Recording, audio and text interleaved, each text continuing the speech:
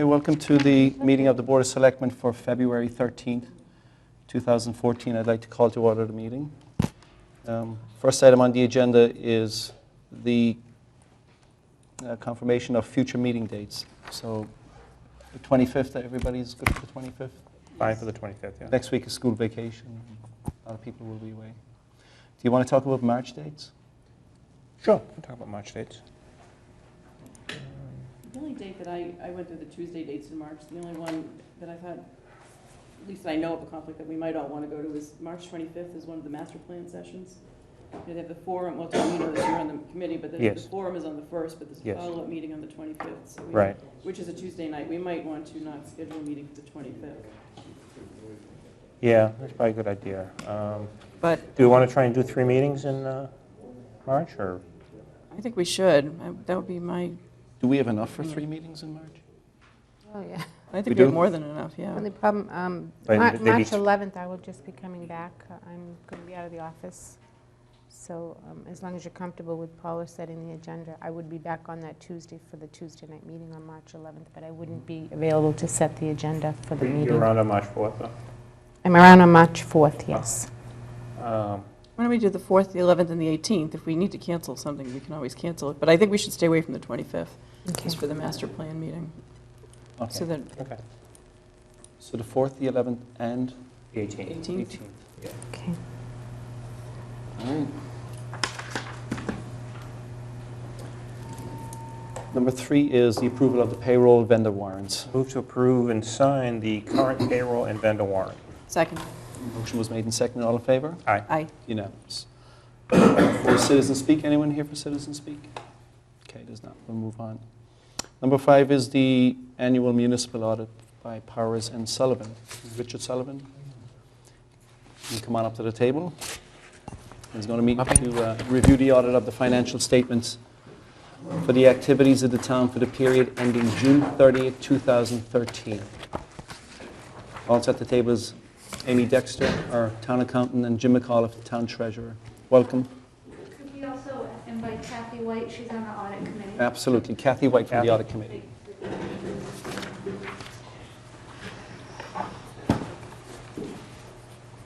Take it away, Amy. Do you want to start it off, Amy? Well, I think most of you have met Rich Sullivan from Powers and Sullivan, the audit partner for our audit firm, and we finished up the audit in September, October timeframe, and he's just here to present the report and the management letter. And we would have done this a lot sooner, except I think snowstorms and a couple of things happened that caused us to go this far. Right. The audit was completed on a timely basis, even though I'm here a little bit later. Lucky you got here today, too. Yeah. It's a lot worse in back where I come from. Yeah, you get Wasn't much here. measurable snow up there, I know. So maybe I just have a few, let's call it prepared notes. And what I'd like to do in this process is kind of give you an idea how the audit went, both from, I think, on your side of the table, from your perspective, understand what we do and how significant that is in terms of what you want to have accomplished. I'll share with you some of my thoughts in terms of how I think the town's finances went for FY13 and where you're situated to go further. And also, there's like usually a business perspective, and I'll give you an idea of how I think the coordination effort was between both our teams. We do the audit in 2 phases. We come in the spring, and this year we came in late April. And what we do there is we kind of look at internal controls, we do some planning, and there's things that we can test for compliance as well as audit significance that aren't date sensitive, meaning applicable to June 30th. Things like the budget, which has been around for a while. We'll test the budget because it has to be in compliance with Mass General laws. We can look at long-term debt because a lot of times the debt has already been taken care of and the payments have been made, and if there's any issuances, they've already occurred, so we can audit that. We go through and test the revenue cycle, the payroll cycle, and the disbursement cycle. We pick at least 30 selections for each one of those to determine whether or not things are properly authorized, they're properly recorded, and that when the payment goes out, it's to the proper person. Or, in the case of a receipt, when the receipt comes in, it's credited to the proper account. And we look at all those things during our first, what I call preliminary phase, or phase 1. This year we came in middle August, I think it was August 19th, And I think that you should be comfortable with, the significance of that is the books got closed pretty quick. I mean, when you're looking at only 15, 45 or 50 days after year end, and you can come in and conduct an audit, I can share with you that I don't have that opportunity with a lot of clients. Nor that I want to, because we couldn't get it all done in the right time frame, but I think that's something for you to know. And there, what we go is, just to give you an idea, we kind of walk down the balance sheet. And there's basically 2 sections in here that show your balance sheet. One is called a statement of net position, and the other one is called an actual balance sheet. And on there, you'll see your cash, your receivables, your payables, your long-term debt, your OPEB liability, all the things that are elements of your financial structure. And if I was a page turner, I'll just point to one page that will help you understand what I'm talking about. Page 13 is probably the best perspective in terms of when we talk about statement of net position, your assets and your liabilities. Now, at the end of the year, and we do what's called substantive testing. That means when it comes to the balance sheet, we want to make sure that if it says there's $123.7 million of cash on the books, which includes the pension, it is in fact there. We actually look at the bank statements, we look at the reconciliations, we use the Zobrio system to make sure that the reconciliations that we've seen have gone well, and we document all that in our work papers. We also look at significant liabilities like your OPEB, significant assets like your capital assets, which were $177 million at the end of last year. Again, we talk about debt, which was $42 million.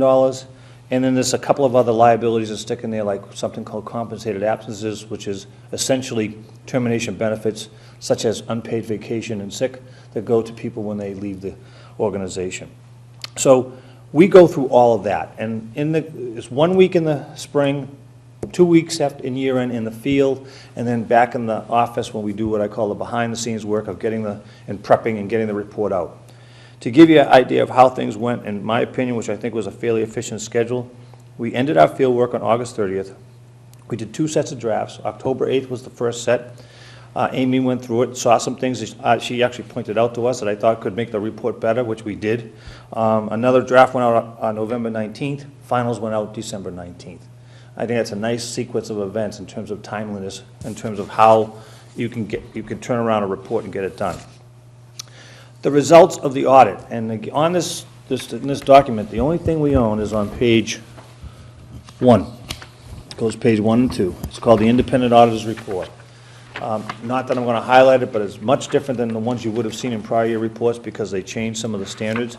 But this is called an unmodified opinion, which is the best opinion that the town can get in terms of as it goes to a governmental audit.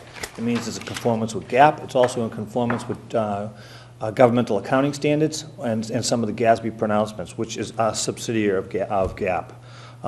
Very happy with the fact that I think the deadlines that we make for ourselves in terms of a job were met, and I know that Amy was the same way.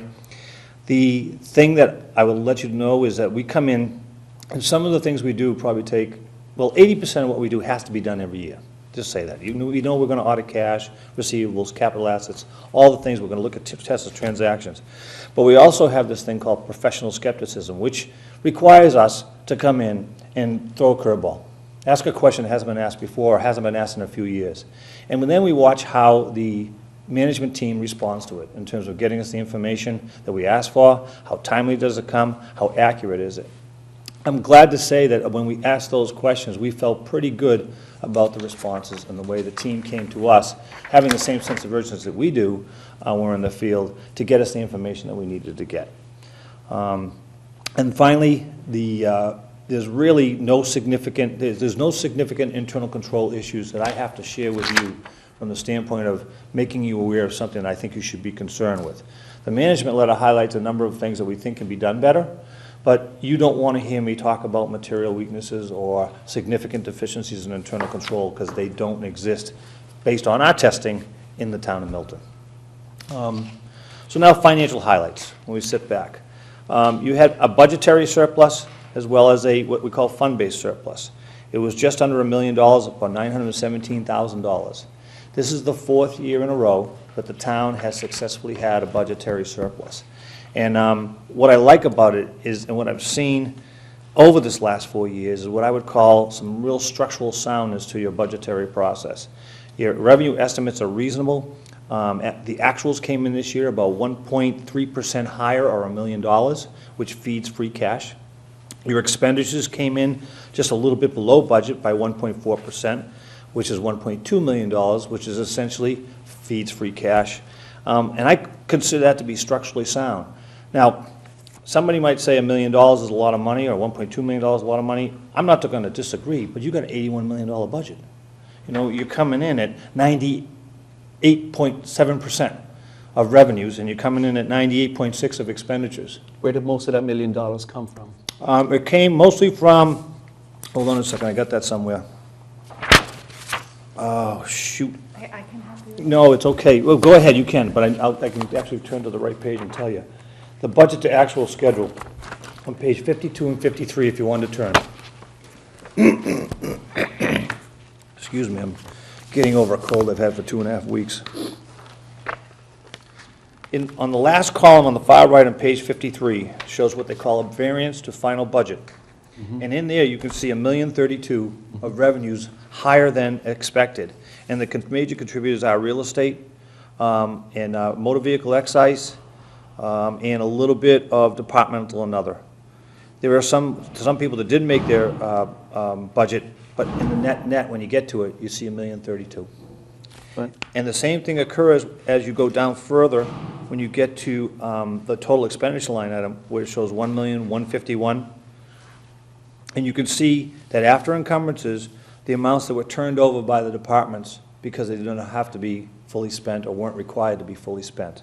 Can I just, in the departmental, Yep. which departments That's an returned? array of them. I couldn't tell you specifically which one. Was there any one department gave a big amount back? Was it the DPW? Yes, on the expenditure side, a large portion of that was the group insurance, of approximately $400,000. 425. Yeah, the DPW was,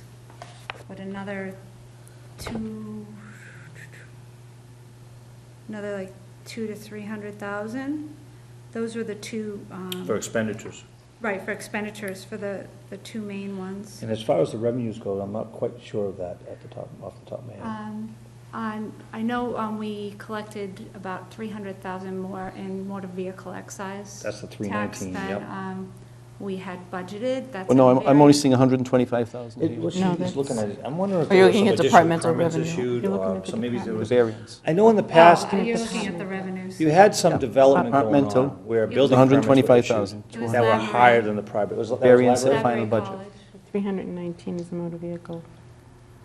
Library last year, Anne Marie. I understand that. A lot of this is coming from Jim's office, motor vehicle excise tax and property taxes. Well, But the the department, budget's an estimate. The one that's a little, is the real estate tax. The actual is accrual basis real estate tax for the year, or? This is Or is cash cash? basis. Okay. This is cash basis. Okay, so that's just all real estate tax collected regardless of the year? That's correct. Yeah, okay. So when you So- get money. So from it's the really prior kind year, of comparing Right. apples and oranges That's- a little bit. A little bit, yes, because what it doesn't show is amounts, the receivables from the prior year that had not been collected in the year they were committed, they get collected in this particular Yeah, year. okay. If you need to know what that 125 is, I can get back to you on that, but I can't give you the specific breakdown of it. Oh, that's A lot fine. of times what happens is, though, is if you've had some new developments, Yep. like real estate and so forth, the permits that are issued for the building of those buildings tend to spike.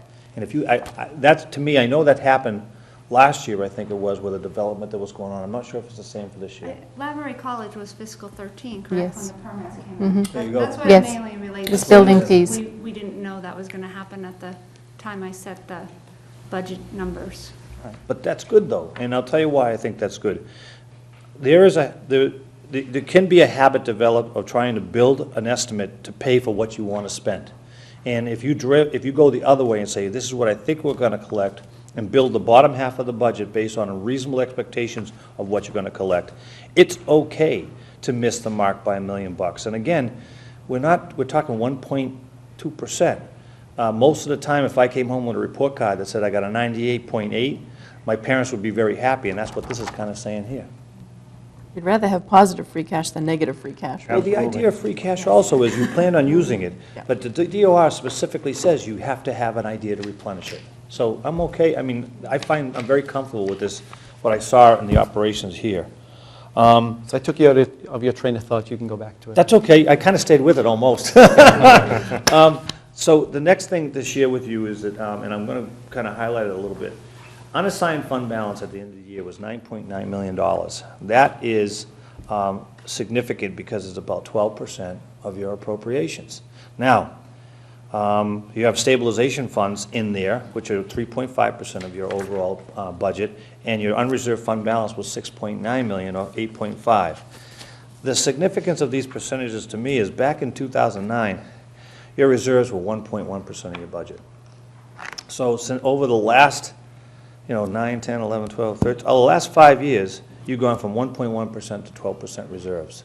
And I think, in hindsight, that's one of the things that S&P saw when they gave you the uptick. AAA, yeah. Because they saw things happening, and like I said, this was the 4th year in a row you've had a surplus.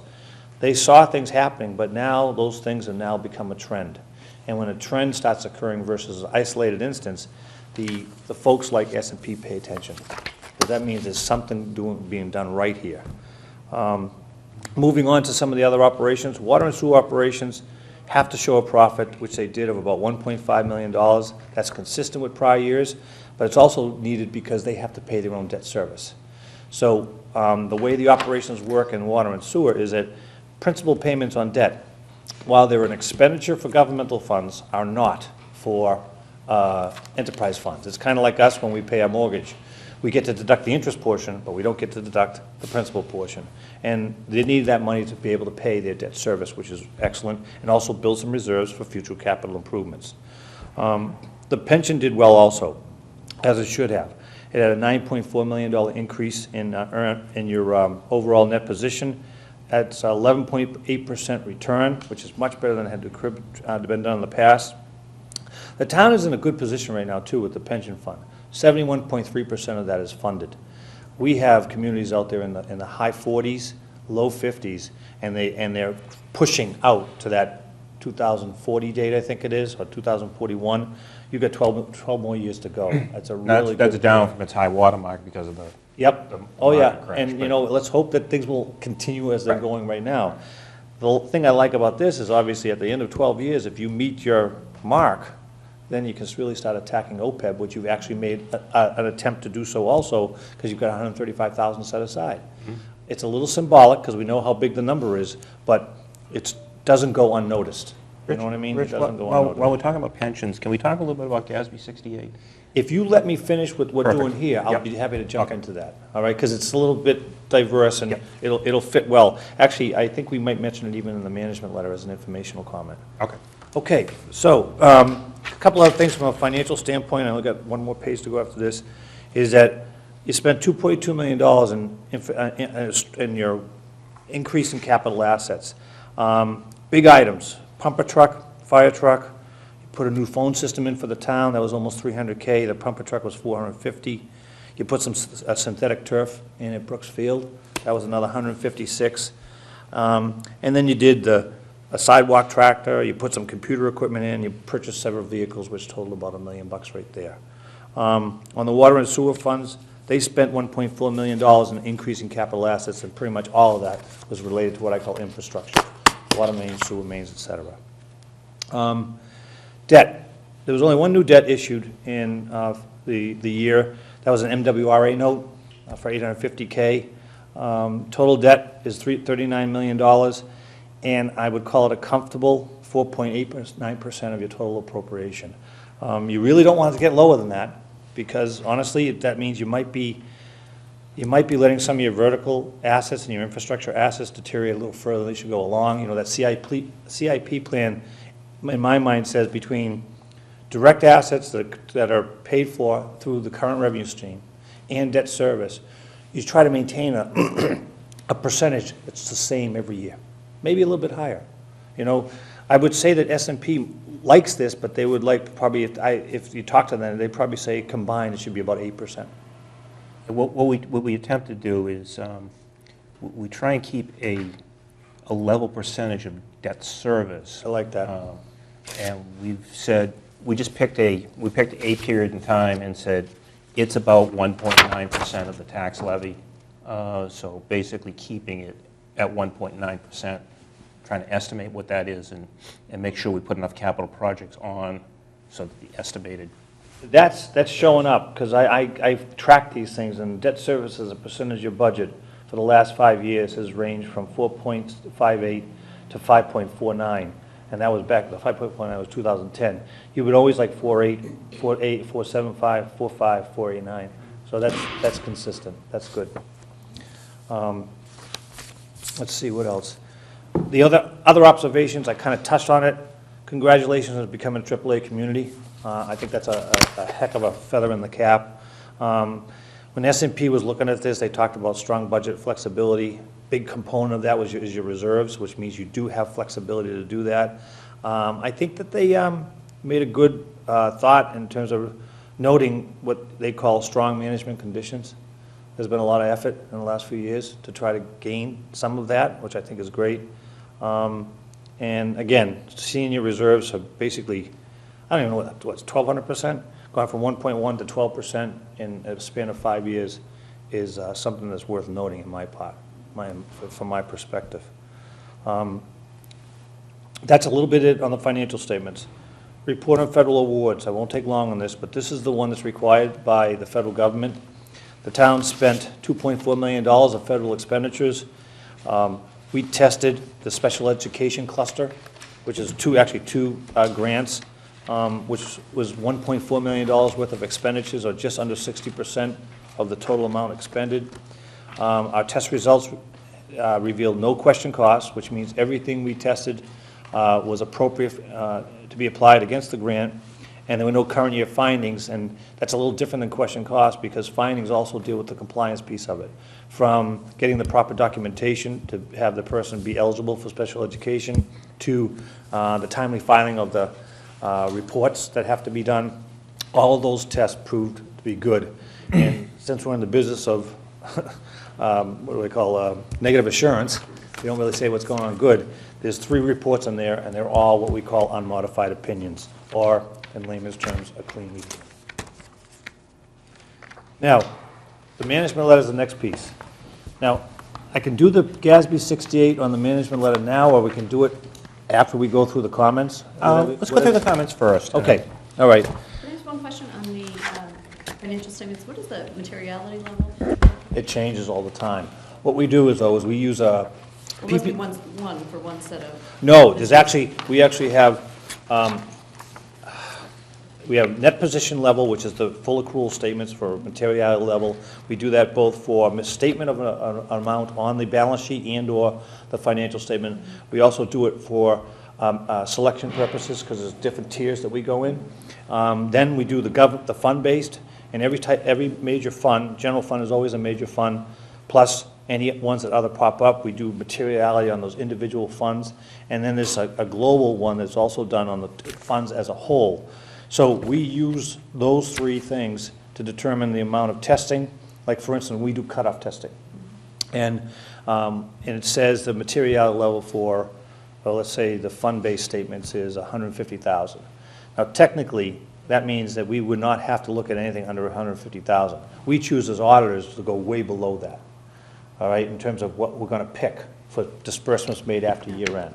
But it changes. We use the guidelines of what's called PPC, which is peer-reviewed materials, to allow us to determine what those things are on the transaction level, on the account level, and on the statement level. And that affects how we go about doing our work.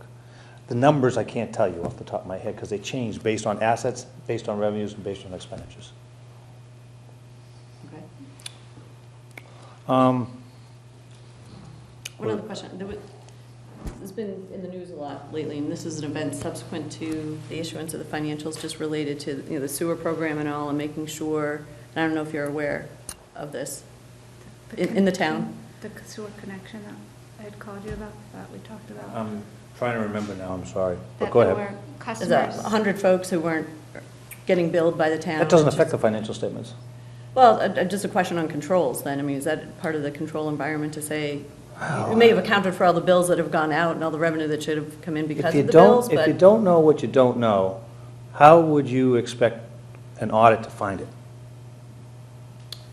well, I think it's a question to, I'm not expecting you to find it, but a question. Well, I how- mean, how would even you- how would anybody you at look this the- table. How would you look at the control environment? How does the town Well- know its inventory of people it should be billing? How do other towns know I that guess to what make sure it's I the guess right what I try to inventory? do in terms of trying to put some levity to the situation, now I remember the situation a little bit. I don't know all the numbers.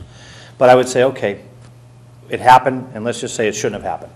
And people who should have been tied in or were tied in and paying should have been paying, and maybe you got to figure that out. But then I would also assess it from the standpoint of, okay, how, even though it might be above the fold material, how significant is this as a percentage of the total revenue stream that we're talking about? And that would guide me in determining, is this an isolated instance or is this a trend? And that's how I would approach it. Now, I have no ability to assess that because I don't have those numbers, but that's how I would approach it from a thought process on my part. You know, I'm just wondering, from your perspective, how would other towns have their arms around to make sure that they have the full inventory of people they should be issuing bills to? You know, how do you have that control around that? I don't know, just think, something we need to think about in connection with, you know, events that came up after you've issued the financial statements for this year. I totally get that. Well, I guess it would be does somebody have to pull a permit to do these things? A lot of these jobs were done on Saturdays without permits. So a lot of them had septic tank designs with the health department. Well, actually, at this point, we don't even know We're still that. getting a lot of We- facts We on don't this know. at this We point. honestly, all We're we've done in the at this point fact-finding is we stage. profiled. Yeah. We don't know, and because if we put that out there, first of all, it's incorrect right now. All we know at this point, we've profiled just the same way that they profile at Logan Airport. We have determined that there is a possibility at this point that, based upon looking at the GIS map and overlaying it with where the sewer connections are, looking at smaller lots where their neighbors are connected and these houses are not connected, there is a possibility that these, but we don't know at this point, still. Yeah, no, We're I still understand it, but investigating. just sort of a, you know, as a control around how to make sure, you know, Yeah, no, our I bills agree. are as up to I date, we're agree. issuing all the If- bills we should, you know? If it turns out to be true, yes, I think we have to look at the process by which, you know, it goes from sewer connection to making sure that a bill gets generated. Right, but I think one of the things that, I mean, again, I don't know all the details here, but usually, like, I have a sewer connection in front of my house, which I'm not, I paid for, but I'm not connected with. And somebody came in, had to pull a permit, did it. There was some coordination in my town with that permit going to the sewer people to know that now I'm online, I've done my duty, and now they're just waiting for me if I wanted to do the flow, which I haven't done. Right. Maybe that's a part of it. Because, for instance, I have to have a connection in front of my house, even if I'm not connected or not, the way it works in my town, so. Yeah, Yeah, I mean, clearly there's a cleanup history Yeah. and then a Right. go-forward process. Right, yeah, I just don't want to put it out there that we know for a fact that there are, because at this point, other than a couple that have been identified, we really don't know the extent of it. All we have done at this point is profiled. Yeah, and I think there's been some misinformation out there. That's probably what you're concerned Yes. about, Tom. So, but the fact that we've alerted the auditors to it. I'm aware of it, It's- and they told me about it, and I actually thought about it a little bit. It certainly doesn't impact anybody's assessment of the financial situation of the town of Milton, whether if they're going to buy your bonds or not. But obviously, it can't go unnoticed because it happened, or potentially happened to some degree. Sure. Well, How does it get a lot- accounted for? A lot of it happens with realtors, when they go to sell the house. If they're not connected to sewer, they have to get a Title V done Right. on the septic tank. Right. And if. That's how one of these If the was septic recovered, tank is not yes. being used, then something's up. Right. And that's how a couple of them. Came about. come to light, yeah. Yep. And how does any recovery get accounted for then in future years? It's recorded as revenue when it's collected. Is that On what cash you mean? basis? Yes. Just pure. Can we get back on track? Okay. Be Sorry. happy to. All right, the management letter. There's two processes we go through. We assess the status of the prior year comments, and then introduce, if we deem it appropriate, new comments. The prior year comments, there were 15 of them last year. 6 of those are what we call resolved and satisfied in terms of our standpoint that there's no longer an issue with them. 9 of them still exist. I'm just going to list them out, and we can talk to them in any degree. There's the purchase order system that we'd like to see the town use in its entirety. There's some automation of compensated absences. I know there was an attempt to do that, but there's software issues related to it, so it's still an open item. Withholding accounts, we'd like to see those reconciled monthly, and we didn't note that as part of our FY13. We talked about old outstanding checks, and you have mentioned that you've had some success in that already, and tailings. Cross-training, very important, in any situation, because extended absence could create an issue, and we think that needs to be done a little bit more in the treasurer's office. Student activity accounts and the recording of that activity on Zobrio/General Ledger, we'd like to see that better, as well as some of the online accounts that relate to that. And then in police detail accounting, we still see what I would call some duplication and redundancy. And because the police have a system, the Treasury Department has a system, accounting department has a system, and then I'm not even sure, you guys aren't even really talking to each other in the whole process when it comes down to it, I don't think. So we would like to see that a little more streamlined. Those are the unresolved comments from the prior year. Dick, can I ask you a question about one of them? Because I thought the one that seemed the most significant was the cash accounts not recorded in the cash book, and you've noted that we made some progress in this area. Yep. But you've said also that if it's not fully addressed. That's correct. In fiscal 2014, which is the current year, then you'll have to report this as an internal control weakness. That's correct, and the reason for that is when we come in at year end, Zobrio is, let's call it the cash book. And the cash book is supposed to agree to the general ledger, and by default it does because of the way Zobrio works, all right? So then we go and we gather all our bank accounts, and we know the bank accounts, and we match them to Zobrio and the reconciliations thereof. And there were several accounts that had cash in them at year end for which nothing was in Zobrio. And it's our contention that if there's a cash account that's controlled by the town, all right, because there are some cash accounts that don't get controlled by the town until in fact they're turned over, like a deputy collector, Ryan and Kelly, they have the money until you get it. It's not really town money per se. We like to see it on the cash book. The cash book is Zobrio, so therefore we believe these should be in Zobrio. Now, How how are we doing? How are on we it? doing in terms of making guess I'll progress throw that on to this? Yeah, We're working on it, I was talking to Dick Treasury prior. function. What happened is that right now, we do a lot more with online banking. Prior, the schools would come down with a stack of checks, turn it over at the end of the month, would count it out.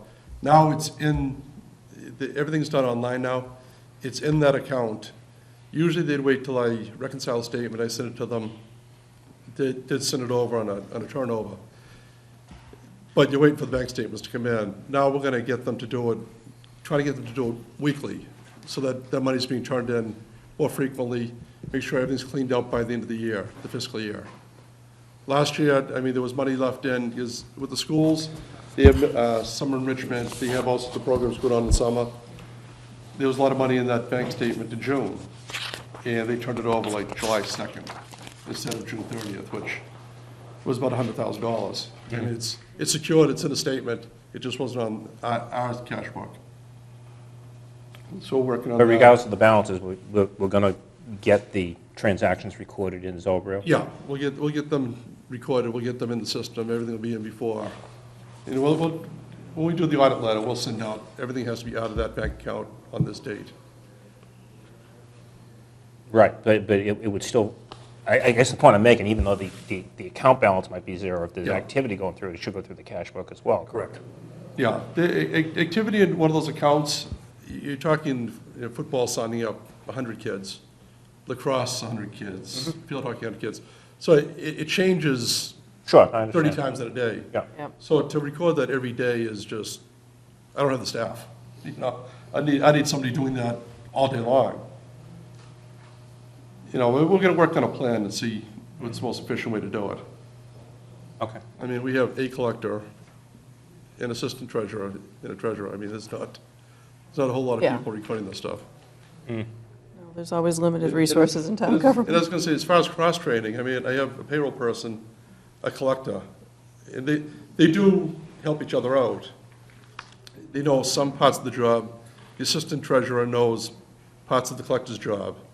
It's cross-training through necessity because there's so few people in the office. If somebody's out, somebody else picks up the slack to do the job.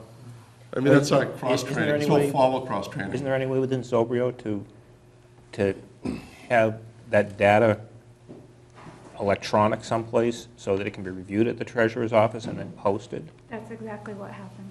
So it's just, Are you talking back to the yeah, accounts? Yes. so it's really just reviewing them. It's not doing the key reviewing it, punch, it's just comparing Yeah, reviewing. see, Exactly. what they do now is when they come over with the turnover, they'll attach the download of Yep. everything that was paid that week.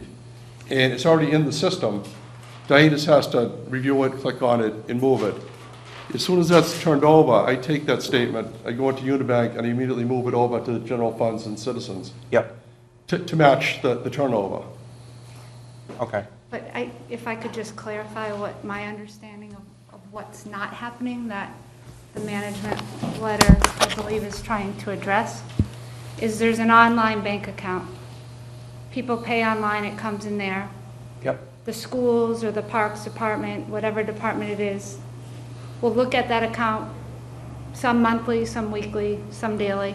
They'll create a turnover for those items, but when it gets put into Zobrio, it goes directly, I believe, to his citizens account. So it's not mirroring it's not mirroring what's the, physically happening. right, the smaller bank statement. What should happen is that Unibank Goes into online the smaller account should have an account, out of the account. smaller account, into the. It goes in yeah. there, and then then when he wires it, he should record Yep. a transfer in Right. Zobrio to show that. Right. What's happening now is when the turnover comes in, it goes directly into citizens, and then he goes and does a wire so that it matches. Right, So what happens at year end is, if they're not doing it monthly, you have a whole month of transactions that's not anywhere on the books.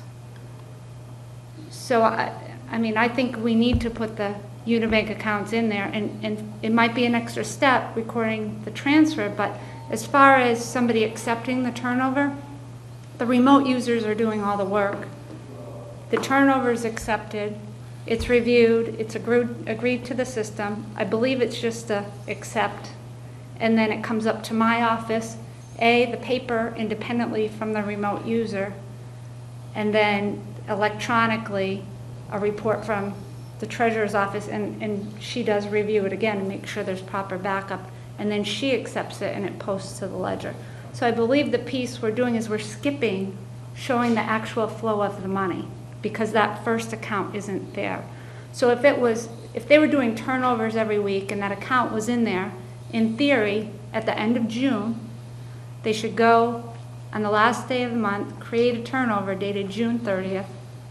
It should get posted and there'd be no in transit, or if there was some in transit, a minimal amount, so instead of a whole month. yeah, I think that's my understanding of what's Yeah. truly happening. That's correct. So, Yeah, we just have to figure out if we're recording it in Zobrio under Unibank, and they're doing a turnover, is it gonna be counted twice? no, it won't, because if you set up the turnover to go directly to this new account that you're gonna create Yeah. called Unibank Schools or whatever, the turnover will post to that, and you just have to and then record you your go and transfer. record the transfer, That's and right. that's how it gets into your citizens. Okay, so so you take the bank statement at the end of the month, you put that number into that account? No, they would, as they're turning it over, it would go into Unibank, and then however often they instruct you or you decide to do the transfer from the online account to the citizens account Yeah, is when you would record. There's an option in Zobrio to say Transfer. transfer. yeah. Fund transfer. I mean, the key here is that if you didn't do a transfer, Zobrio would still agree to every single bank account you have. And that's the gist of what Yeah, we're saying. The way Zobrio works is the one-to-one relationship between the cash book, or what Zobrio says is in the bank, and a bank statement. And there was a disconnect where we had money in a bank statement that was going to be reflected on Zobrio. And whether it be Zobrio or any other system, we call it the cash book nonetheless. The cash book always has to agree to what's in the bank. Yeah, and if I could just clarify, and I think this is what you were just referring to, it's not an issue with the software. This was happening with QuickBooks too. It's, Yeah, so since we put everything online a couple of years ago, so it's been that couple of years. Prior to that, we didn't know that money was out there because it was sitting in the AD's desk. Yeah, he'd have 400 checks sitting there. We may get them a month later, may get them 2 months later. And all these checks would come in, we'd count them out, we'd put them in the bank, and we'd have 10 of them bounce because it was so dated. Yep. Now that everything's online, that's where the disconnect is. While we're on that point, and I don't want to belabor it too much because we do have a lot of business tonight to get through, but one thing that's come to our attention is, and it's not that it's a lot of money, because it really isn't, but the control of receivables other than real estate taxes and the big ticket items. Little tiny things that we uncovered, that things that didn't get billed, should have got billed. We don't have any general ledger control over. I don't believe we don't have a receivable account for these little things in our general ledger. I guess my question, Dick, is do other cities and towns, like, maybe lease payments, things like that, that are past due, They usually get handled at the department head level. okay. Those types of things. There's usually, I'm going to use a subsidiary schedule that says these folks are supposed to pay the town for whatever that is. You mentioned the lease. Right. Okay? And there's generally, there are systems out there that you can buy what they call miscellaneous receivable systems, but for the most part, I don't see them. Because the department head has his, the ledger that says we're supposed to get so much, and they manage and monitor that so that they do get that on a regular basis. So unlike a private business where that would be unheard The of. biggest issues we see happen, and they don't usually get to the system level or general ledger level, is police details. Yeah, that's an issue too, I'm Like, sure. for instance, Yeah. I mean, somebody is constantly getting police details, but they're not paying their bill. Yeah. My thought process is that I stop doing police details until you pay your bill. Mm-hmm. But a lot of times they can't do it, and so, and then some of these guys, they come and go, and then they're out of business, or they have Right. another name, Right. and these things tend to get written off. And that is usually, again, is handled by usually somebody, an administrative person at the police station who manages and monitors it. They might even have a QuickBooks where they're sending out bills and managing the receivables there and trying to coordinate with the general ledger here, but the detail is usually at the department level, managed by the department head. But we are recording those things as receivables on the top level financial. For the big ones, yes. I'm not so sure about all the, I don't, you probably have receivables that aren't on the ledger. That we just don't know about. Right. Yeah. Okay. All right. You guys satisfied? Yes. Did you want to say anything, Dick, about the current year? Yeah, comment? the current year one is kind of like, it's a little bit of a rehash, but I wanted to highlight it because Zobrio being the cash book, there's two responsibilities related to this. And it really, it starts at the treasurer's level, where on a monthly basis, the Zobrio, the cash book, is to be reconciled to the cash actual bank statements. And there's always reconciling items, deposit and transit, outstanding checks. But there should be an ability, or this should be done on a monthly basis, that every single bank statement is reconciled to Zobrio on the treasurer's side. Now then, Zobrio is a little bit interconnected, which is good, but normally what would happen after that is the treasurer would say, okay, I've finished my reconciliation, here's my reconciliation, provide it to the town accountant, and the town accountant would go and take a look at their general ledger and say, do we agree? The idea that Zobrio can flow to the general ledger makes the process of the town accountant's interaction with the reconciliation process easier, but I don't want to see it cloud the responsibilities of what's supposed to be done and by whom, if you follow what I'm saying. That's the gist of this comment right here. Okay. And I do, every month when the bank statement comes in, I reconcile them, I add the interest into the system. The only ones that get reconciled quarterly is the trust funds, and we get a quarterly statement on those.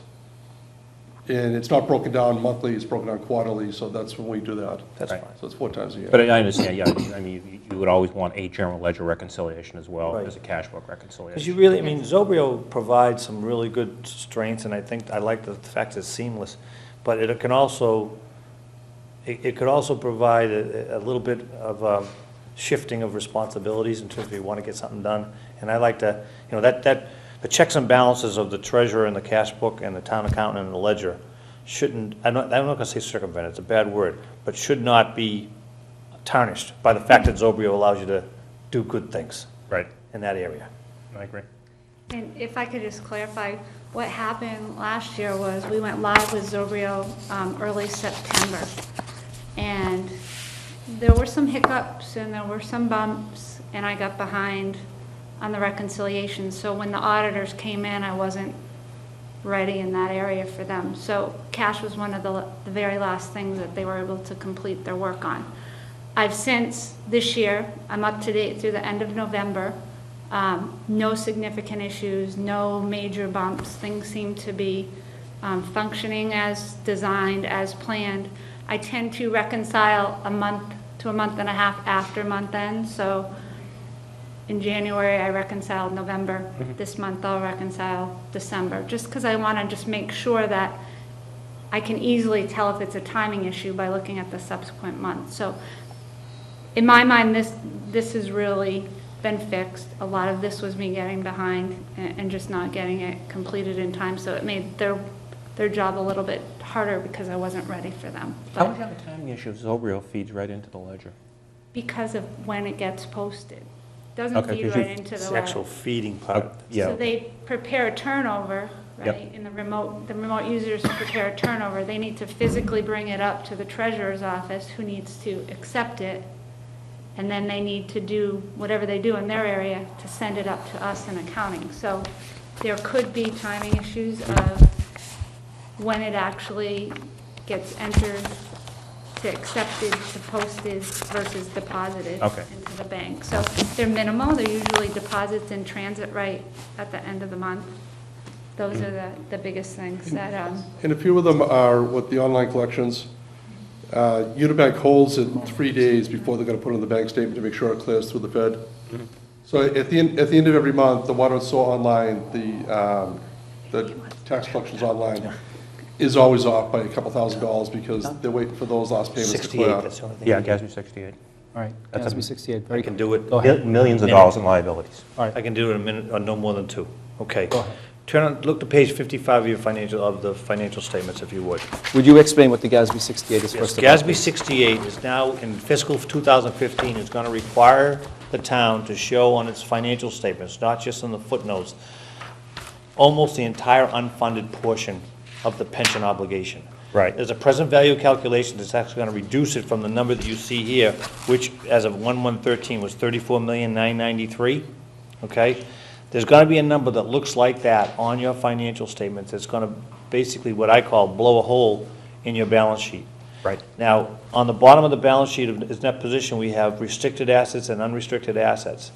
Your unrestricted assets, I believe, are a negative Deficit right of now. Deficit of 26 million right now. Right, that's They're due to gonna go- OPEB, all Right. right? They're gonna go to a deficit That's of gonna increase even more. 60 million. Yes, that's exactly what's gonna happen.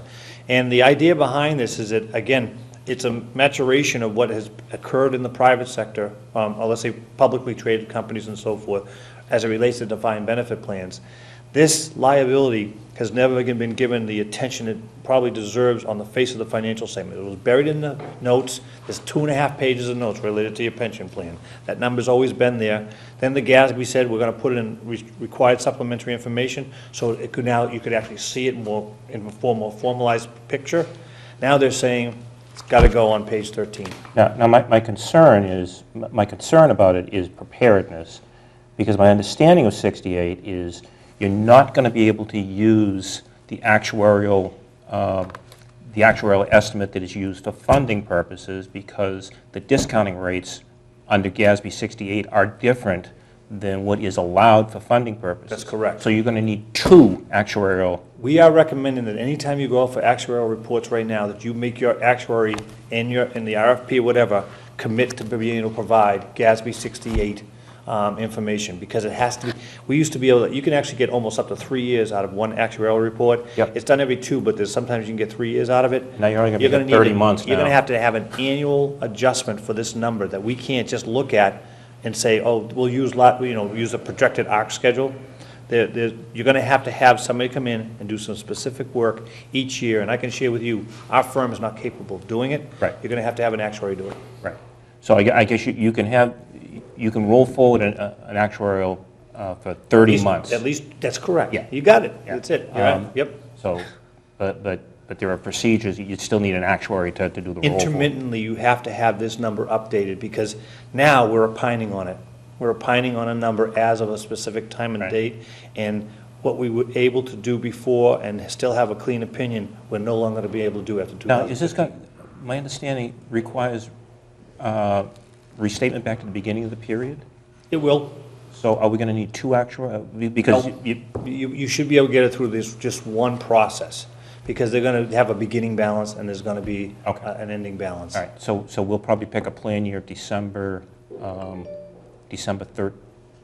13 for our valuation, because you wouldn't want to pick Well, December you've got 14, a it'd be too late. 1/1/13 valuation. This is going to be due for this is going to be due for fiscal, it's June 30th, 15.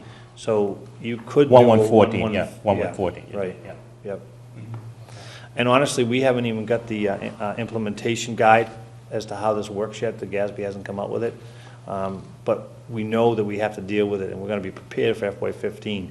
There's just not enough information to say how it's supposed to be done. Even the present value calculations are Right, a there's little still bit hairy questions, yeah, yep. right now. And But plus, we have a cost-sharing plan, because Milton Housing Authority is part there's a of it. little component there, Yeah, yep, so they're a yep. tiny component of it. So all that gets recorded on our books is the town of Milton's Correct. employees. That's right. So the Milton Housing Authority employees have to be somehow stripped out, and they haven't even figured out exactly how that's done, or they haven't really defined it very well as to how you do that calculation, other than it's on a contribution level ratio. If anyone watching on TV didn't know who the accountant on the board was, they now know. I know. I'm just looking But at it saying, is going to bring a do you guys talk about when you all huge meet? liability. And the other thing that's coming Riveting. too is OPEB is right behind it, from my understanding. I'm glad you mentioned that, because I would anticipate within 3 years, the same liability, unfunded liability related to OPEB will be on your face of And your that's financial hundreds of statements. millions. Because right now, you're only showing the portion of payments you should have made to date as a liability. Right. Right. So that'll record another $100 million on. Easy.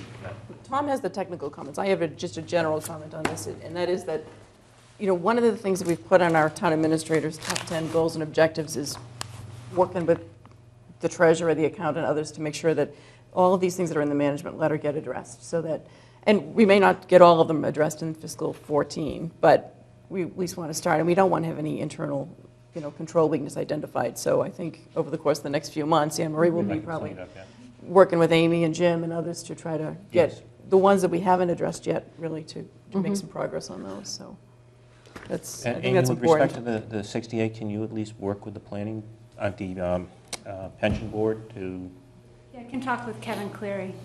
just to make sure, because, whenever we get that January 2014 valuation done, Yep, we're going to need two of them. okay.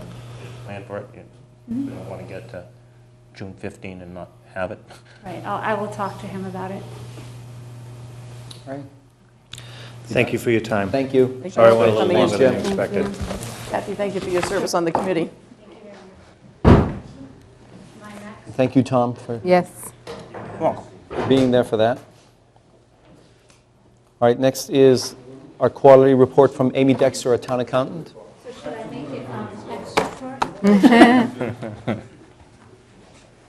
So every week we have a department head come in front of the Board of Selectmen to update us on where they are. And this week it's our town accountant, Amy. So welcome, Amy. Okay. So the report I had submitted to you that we refer to as the flash is for the 6 months ended December 31st of 2013. I'd like to touch on revenue first. Total revenues is for the 6-month period ending are in at about 48% of budget. The main things I'd like to talk about there are, just keep in mind motor vehicle excise taxes are only at 18% of budget. That's because they're not billed till the end of February, so we haven't received any current year collections. The local meals tax comes in quarterly. The quarter ended December isn't booked until January.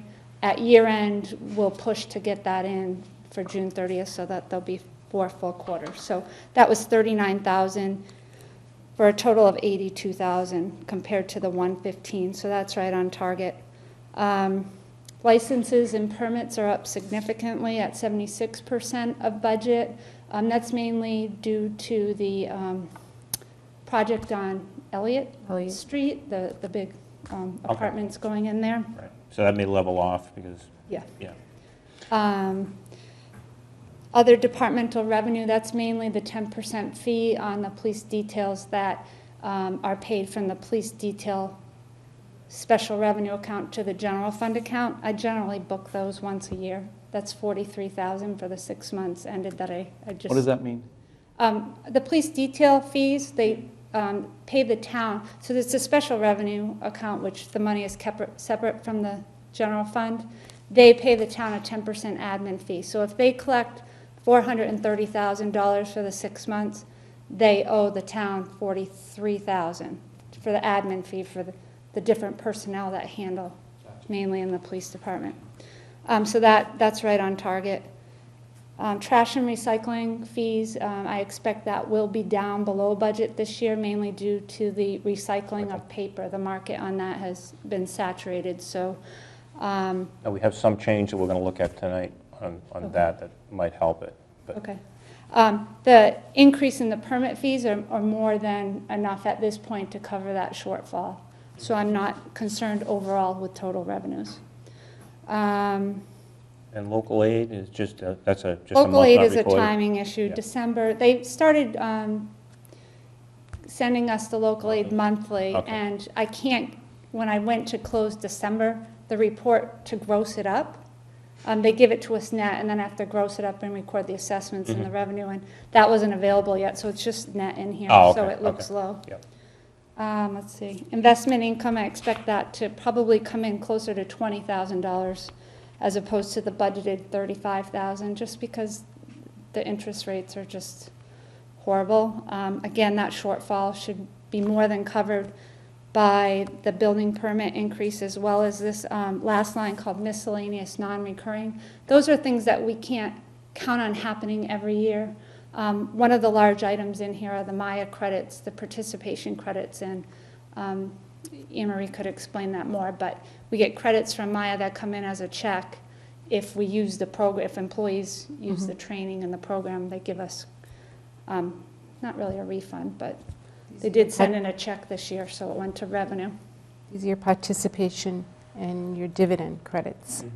So I guess the message I want to send you is right now, I think we're on target with revenues. I don't anticipate any problems based upon what I see for the 6 months ended December 31st. Expenditures overall are 44% of budget. I don't see any potential problems there. Everybody seems to be managing their budget well. I don't see anybody that's in danger of going over budget at this point. Yeah, the one thing I do want to, and maybe you could explain it, Amy, because this is a document that's going to be out there. And you're going to look at this document and you're going to see the general expense line items. We're halfway through the year, and most of them aren't even close to being Right. half expended. Okay. So as a general comment, I'll just say that many of the departments' expenses do not come in level month to month to month. So keep that in mind. Yep.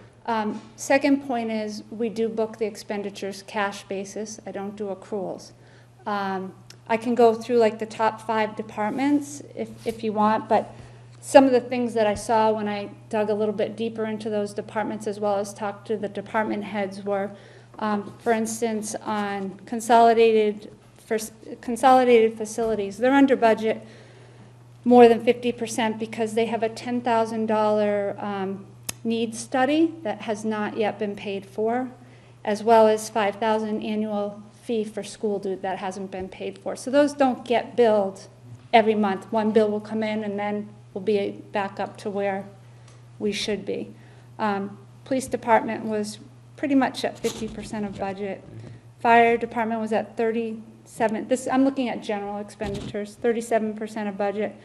The main line items that were causing that to appear much lower than the 50% that you would expect are the injured on duty medical expenses in much lower than budgeted. Again, those are not incurred steadily throughout the year.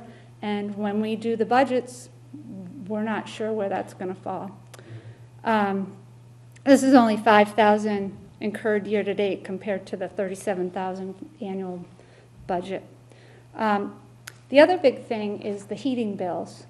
As of December 31st, we have 1 month of heating bills in several of these departments. December doesn't get booked till January, and you're looking at November through March are your big heating months. So that's going to throw it out of whack a little bit. Schools at 35% overall? I mean, I know that's a big number to try and figure out because it's just one line item. I didn't call the schools because, yeah, you know what, I missed that one. With their encumbrances, I don't have enough level of detail to even try to trace that. Right. I can follow up with them if you'd like. Right. I mean, obviously the concern from the general public is going to be, it's one thing if you're managing your budget, and I understand it, because some of that happens too. Right. You manage your budget just in case there's emergency situations at the end of the year, but I guess what nobody wants to see is just spending your budget down for. And I don't think anybody does that, to be honest with you. I think that they're very fiscally responsible. I really haven't seen anybody do that. Right. And clearly we've had a lot of turnbacks for the past couple of years. We have, and But with reasons for those. exactly. That Amy, that you've explained with the warrant committee at some of the meetings we've been at with them this year. Right. Right, and you certainly don't want, you don't want to penalize the department for turning money back. Right, because and then that's the dangerous thing you get. Right, because then they're going to feel like I'm going to spend it. they're going to take it away from me if I Right. don't spend it, and Right. don't think that's the message that we want to send. No, it's not. And I honestly, if they're under budget, I'm not going to go micromanage them and question them. I'm going to get concerned if they look like they're trending towards being over budget. So I really do rely on them a lot to manage those expense lines. DPW general, 33% of budget. What you need to keep in mind there is a lot of their expenditures are seasonal. Street lights come in when the lights are, obviously if it's dark out earlier, they come, it's higher heat.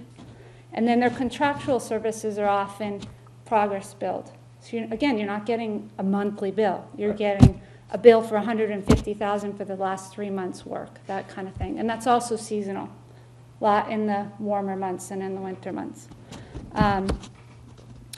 All of the collection of refuse, the solid waste type things, those again are timing with January versus, December.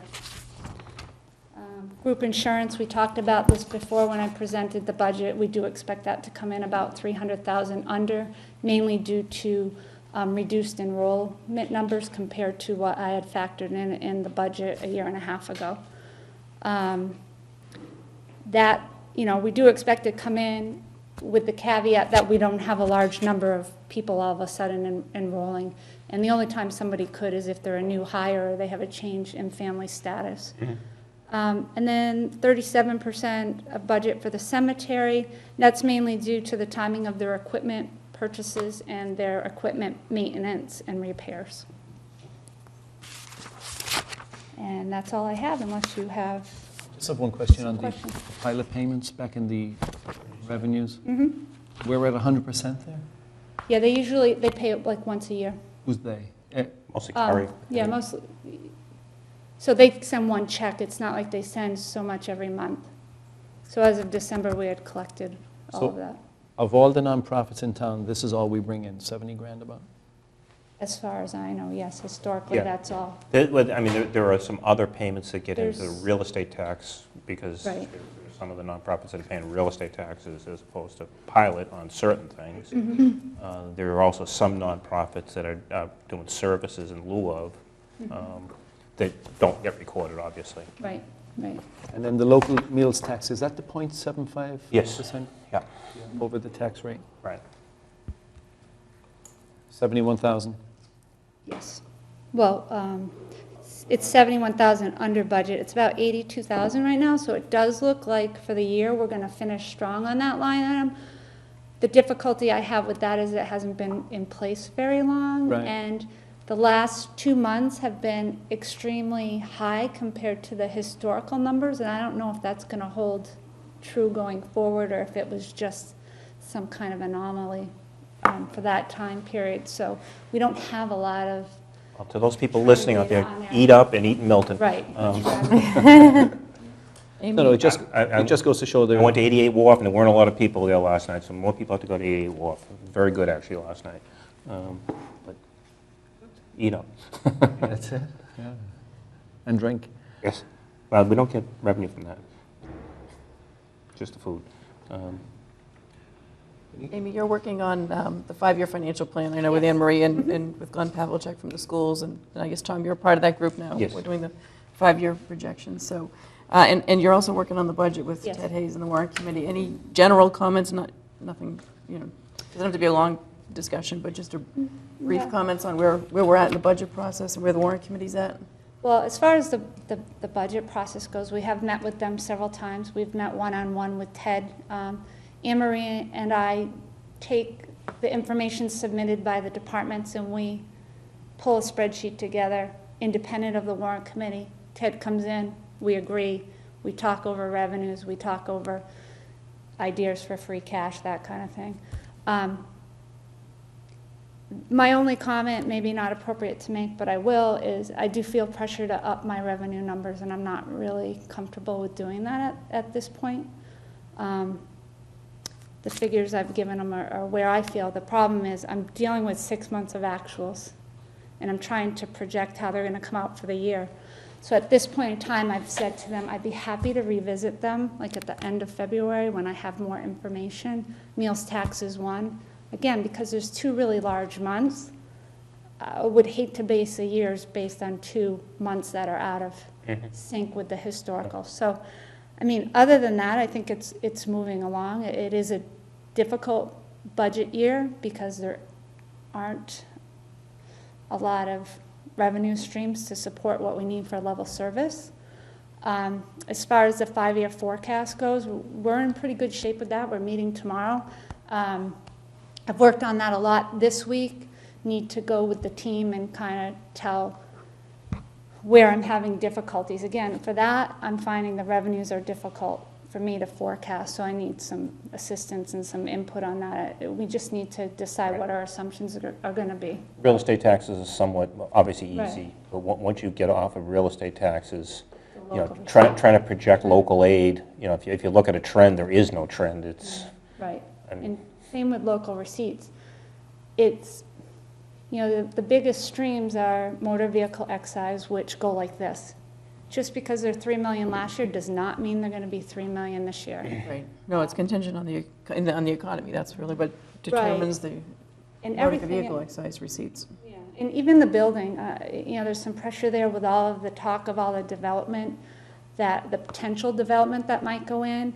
My point is, you don't know when those things are going to come to the permit process, and that's when it hits the revenue. And if we make the mistake of saying one of these large projects is going to hit in 15 and it doesn't, then we need to figure out where are we going to fill that revenue shortfall. And that's not that easy to do when you've already raised your taxes as high as you can and your motor vehicle excise is not controllable. How do you do that? The answer is then you're looking at going back and cutting budgets or whatnot. So I do tend to be probably overly conservative in my budget estimates, but I think, Rich kind of hit the point. It sounds like I was overly conservative in that we brought in $1 million more than we budgeted, but when you look at 80 million, that's it's tiny. not that far off. Not And as if bad. it went the other way, we'd be having a much different conversation that wouldn't be pleasant. So I do tend to stay very conservative, but I'm open to discussion, but I'm not going to. Yeah, well, that's something that can be revisited as the months go on, as Yeah. we get through.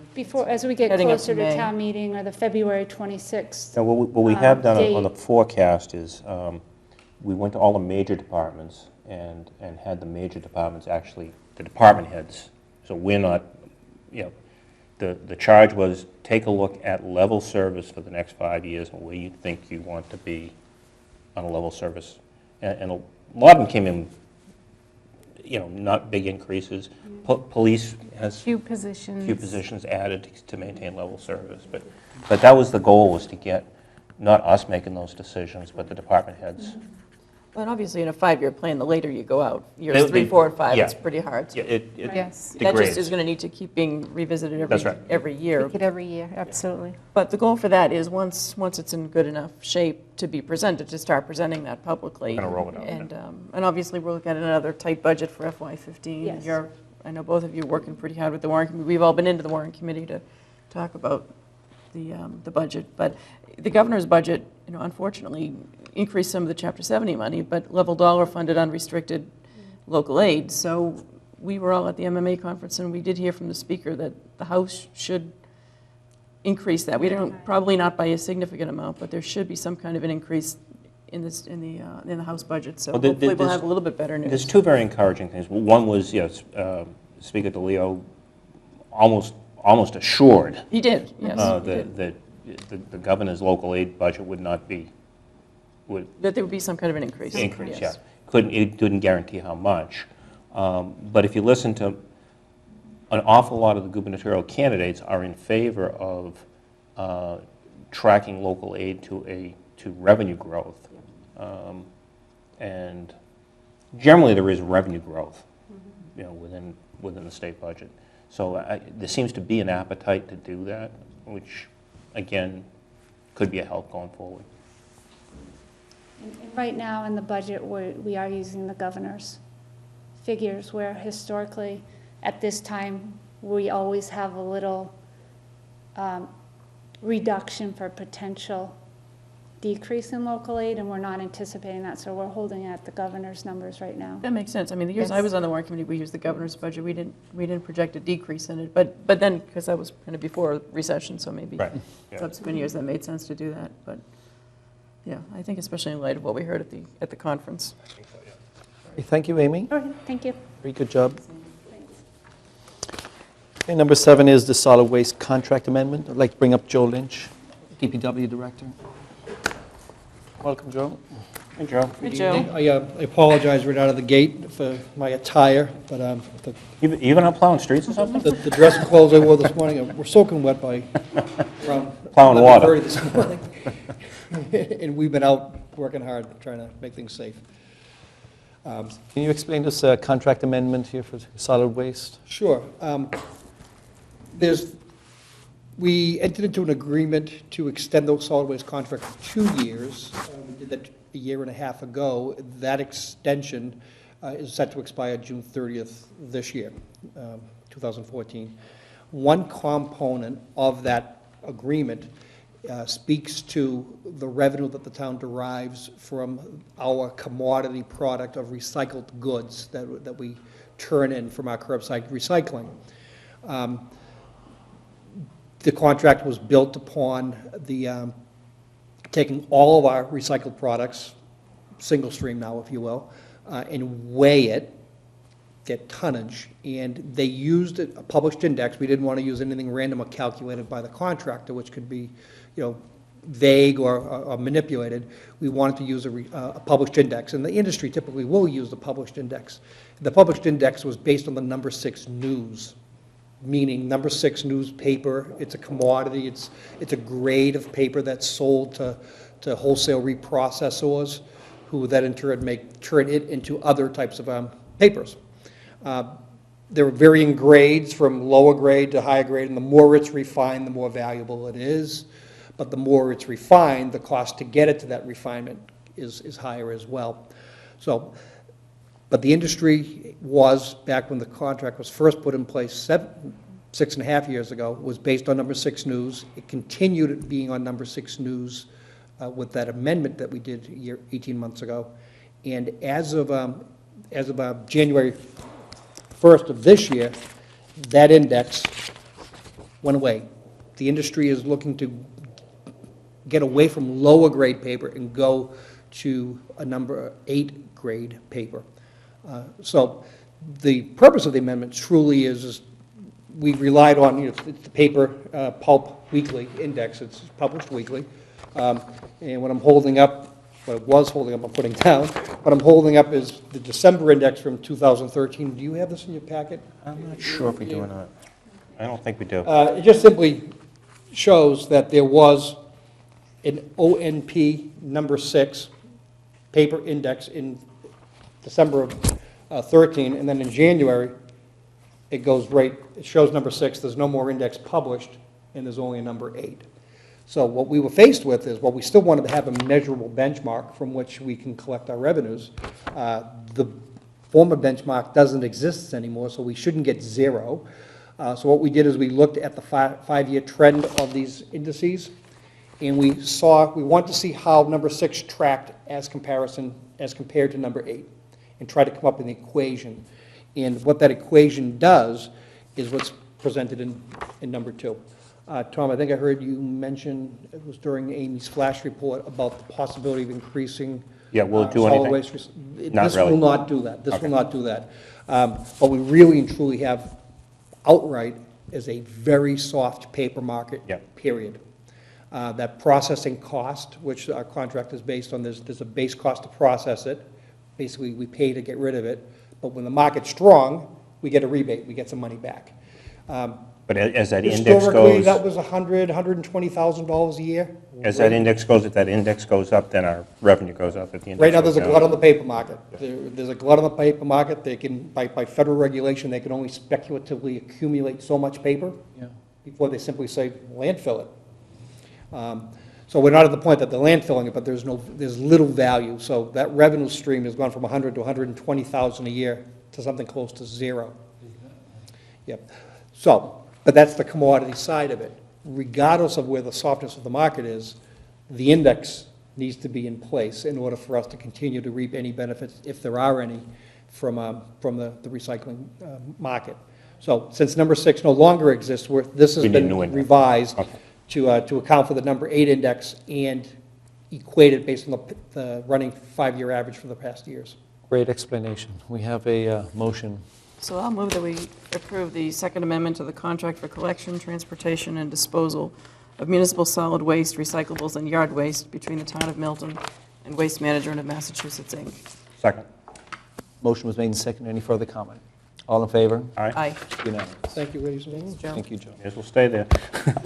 Then number 8 is the preliminary evaluation of the Canton interconnection water pipe. Sure, just going to make a real quick update of where we are. As you know, we've revised and entered into that agreement with Canton. We've executed that about a month and a half ago. There were several milestones that were established. We've hit every one within the time frame up to where we are today. Those include issuing revised invoices to Canton, and within the 14 days, they paid all of the FY13 that was due, the water bill that was due, and all of their 14 revenue water bills have been paid to date. Okay. The second piece of that was within a certain period of time, we would be able to isolate a part of Canton's system to give it back to them. That wouldn't affect us. We did that. Which Green Street, for lack of a better phrase, it's Green Street from Blue Hill Avenue all the way down to, we were feeding down to Green Lane. Okay. They've reconnected. We were able to isolate that, reconnect that. They're feeding that now. The next thing we had to accomplish was get final readings for those. We've done those, and Canton is now calculating what that consumption is, and we will bill them a final on that. Okay. So we made all those things. The next thing that we needed to do was by February 18th, was to report to the town of Canton whether we need their pipe or not, in the short term, the medium term, or the long term.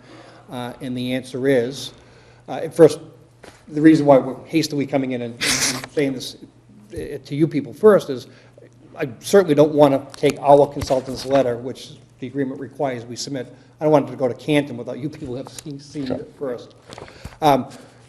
We've completed the hydraulic model. We have put various scenarios. That's the beauty of a model. You can model where a fire might be. You can take things like ISO and multiple fires in 2 different locations. You can see what the impact is. You can analyze how old the water is, that concern for stale water.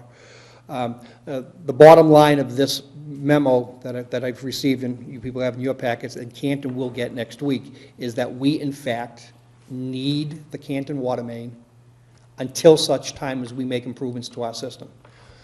We've often thought that those improvements would be exclusively served by a new pipe running in Canton parallel to the pipe that's there now. We're not so certain that that's necessary. We've modeled the possibility of making some improvements to the 3 water tanks that we have, elevate them a little bit higher to keep them fresh. Chickatobit one?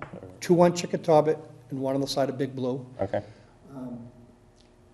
Put a pressure relief valve at our feed from meter 55 from the MWRA, which is on Metropolitan Avenue. Make some piping system changes within our own community. And when we've modeled those on a preliminary basis, we very well could afford to not put a pipe in their community. Are they cost effective or not? That's the work we're doing right now. So the timetable in the agreement is we need to let Canton know by February 18th we still that need we their- need their pipe, and the answer is yes. Okay, so we still don't have enough data yet to know exactly where we stand in terms of what we're gonna need to do? That's correct. We have enough data to know what our options are. What we don't have is reached any conclusion on which is the most value effective. Okay. What can we do to provide the greatest level of service with the water and reliability? At the in lowest system cost. At the lowest cost. That's what we want to wrestle internally, because at the end of the day, it doesn't really matter. This agreement doesn't so much speak to the necessity to put a pipe in Canton. It allows us if we need to, but it does speak to the necessity to use their pipe until such time as we execute all those improvements, and those are clearly mapped out, milestone by milestone. So this is one of the earliest steps in that process. Just so, and I guess in as much English as you can put it, simple English. No engineerese? Yes, and I won't use any accountantese. What does putting a pressure reduction valve do? Pressure reduction I valve. know what one is, but, because I have one in my house. but- Basically, right now, we have a live feed at meter 55. We operate at a grade line that's high pressure. Yeah. And it's on all the time. And when there's demand on the system, the pressure fluctuates a little bit, to the point that the tanks don't cycle up and down enough. The thought would be to put an actuated valve in that in periods of high demand, you could actually shut the valve down from the MWRA.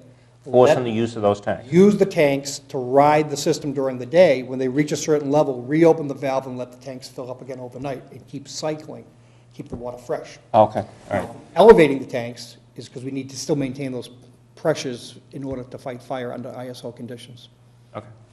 Still went engineerese too, didn't it? That wasn't too bad. Sorry about that. Well, as Brian Walsh said at town meeting, there's no greater person than Joe Lynch to explain something. That everybody gets it. So thank you, Joe. So Joe, aren't we really just, what we're voting on, I mean, we have a draft motion, but I think that relates to a lot of what the beta group is going to be doing. I don't think this draft motion really gets to what we need to do. Don't we just need to notify Canton that we need to maintain the interconnection pipe? Let me read to you what it's paragraph 5 of the agreement that we executed. It's on or before February 18th, Milton shall, at Milton's sole cost, cause the studies and engineering plans related to the disconnection of the system and other tanks, so on and so forth, be completed in a single copy of those provided to the Canton Board of Selectmen. The second piece is what the motion looks to achieve, that on or before March 4th, Milton's Board of Selectmen shall, based upon such studies and engineering plans, formally determine and vote as to whether Milton's long-range master plan for the water system of Milton requires continued temporary use. So it's the second piece by March 4th. I certainly could come back next week and ask for that vote, but thinking we're here tonight, we could probably do both. If Yeah. you'd rather I come back, I can. Yeah, no, I agree. There's just a lot of things in here that basically track the language in the beta report that I don't think we're really voting on, because that's what beta's going to do, right? So aren't we voting to submit, to deliver the beta group report to Canton? And the second part of that, which is to notify them that we need to maintain, you can say it again, but I think to maintain the connection. Well, I think you're saying the Board of Selectmen have to concur with that determination. Recommendation of the That beta. is correct. Right, which is what's in the beta report, is the Right. recommendation. Yes, and could you read that language again out of the? Yeah, we read just the second piece, which is, I think, what we're hanging up on. On or before March 4th, 2014, Milton's Board of Selectmen shall, based upon such engineering studies, so this preliminary report, engineering and plans, formally determine and vote on whether, as part of Milton's long-range master plan for the Milton water system, Milton requires the continued temporary use of any or all portions of the Blue Hill improvements to serve the water system. So I think the slice I'm seeing is, one, we have to make a vote that we need their pipe, which is what Katie's point was exactly. And second is that based on the master plan, there are things that we need to carry out. So I think citation of the master plan validates what it is we're about to deliver to Canton as the recommendation that we're accepting their letter. Our letter does, and I know I crafted the motion did, yes. because I cut and pasted from here. What it really does is it looks to take the 4 options that are possible and then any other option that may flush itself out during the value effective study. Okay. Okay, so you wrote this motion with the bullet points and the 5 sub-bullet points? I did. So I'll move that we accept the recommendation stated in the Beta Group letter dated February 11th, 2014, specifically that the town of Milton maintain the Canton interconnection pipe due to water quality and disinfection byproducts concerns associated with water age and the potential fire protection concerns with the capping of the water main. The Beta Group be directed by the DPE to continue its investigation and evaluation of alternatives and potential solutions to maintaining/abandoning the Canton interconnection pipe in the future. And the Beta Group's investigation will include the following: 1, laying of new parallel water main to existing Canton interconnection pipe; 2, rehabilitation/replacement of existing water storage tanks; 3, installation of a new pump station that feeds the high-pressure system from the low-pressure system during emergency conditions; 4, installation of a pressure reduction valve on the high system by the MWRA meter; 5, and any and all other sound and cost-effective alternatives that may be discovered during the investigation. I'll second the motion. I think in the second bullet point, Joshua, DPE, that should be DPW, right? Beta Group be directed by the DPW to continue its be. investigation? Okay. That's one of the reasons, because I thought we wouldn't give it, we wouldn't, have a motion to have a state agency direct them to do sure. something. So this should be DPW. Okay. Right. Okay, second. Motion made and seconded. Any further comment? All in favor? Aye. Aye. Unanimous. Thank you, ladies You're and going to gentlemen. get this report delivered over to the Canton Board. It'll officially go out tomorrow. They meet on Tuesday of next week. Okay. So we will meet yet again another threshold in the agreement. All right, thank Thanks, you, Joe.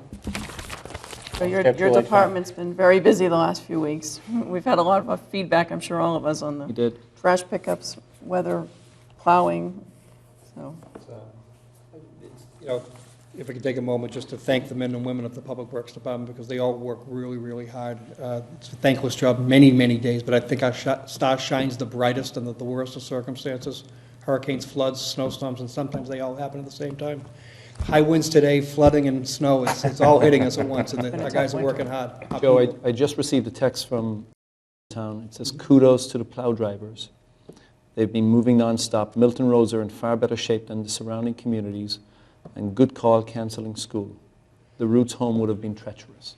At 4 o'clock this morning, it was a coin toss. At 7 o'clock this morning, it was a brilliant call. At 9 o'clock this morning, it was a bad call because it had turned to rain. Rain. Yeah. At noontime, I was starting to second guess, this might have been right. At evening, what would have been afternoon dismissal, it was brilliant. It would have been chaos for those children. And Mary Glumley Kinda made walk a home, very good call, and she and I worked very closely on that and got it. It was not easy. Out of all the storms we've called, this was a tough one. Yeah. And you made I the think right- we got it right, and Boston forecasters didn't. You made the right one on the trash pickup going today, because you probably got most of that this morning. We got it done before the snow started back up again. They were already out of town. And I think we made the right move having the meeting tonight. We did.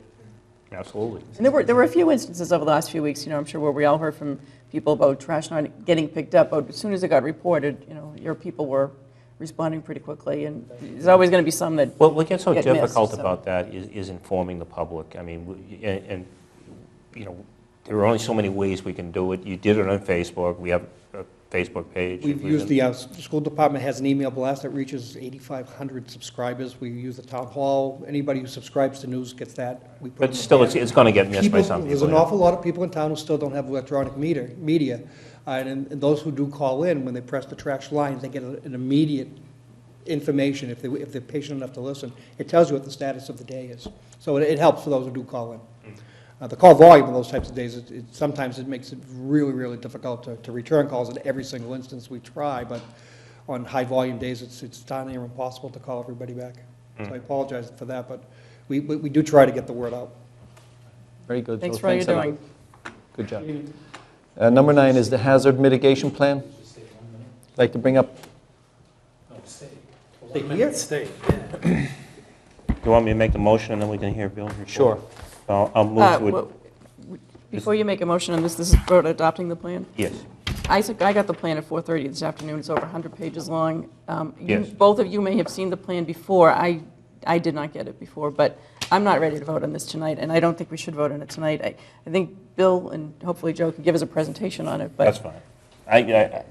I saw it a long, long time ago, and then nothing's happened to it since then, so, or at least... The resolution we have references a 2012 Board of Selectmen meeting. I wasn't on the board at the time, so I know both of you were, but I think I'd prefer to read the report after we hear the presentation and then... I don't have a problem with that. no, I mean, I just want to keep things moving forward. I don't want to bring things We back. can put the vote on the February 25th meeting. Go ahead. All right. What you have before you is a all hazards mitigation plan. In order to be eligible to get pre-disaster monies from FEMA and MEMA, both federal and state, we need to have a plan. This is an update to a plan that was done originally in 2006.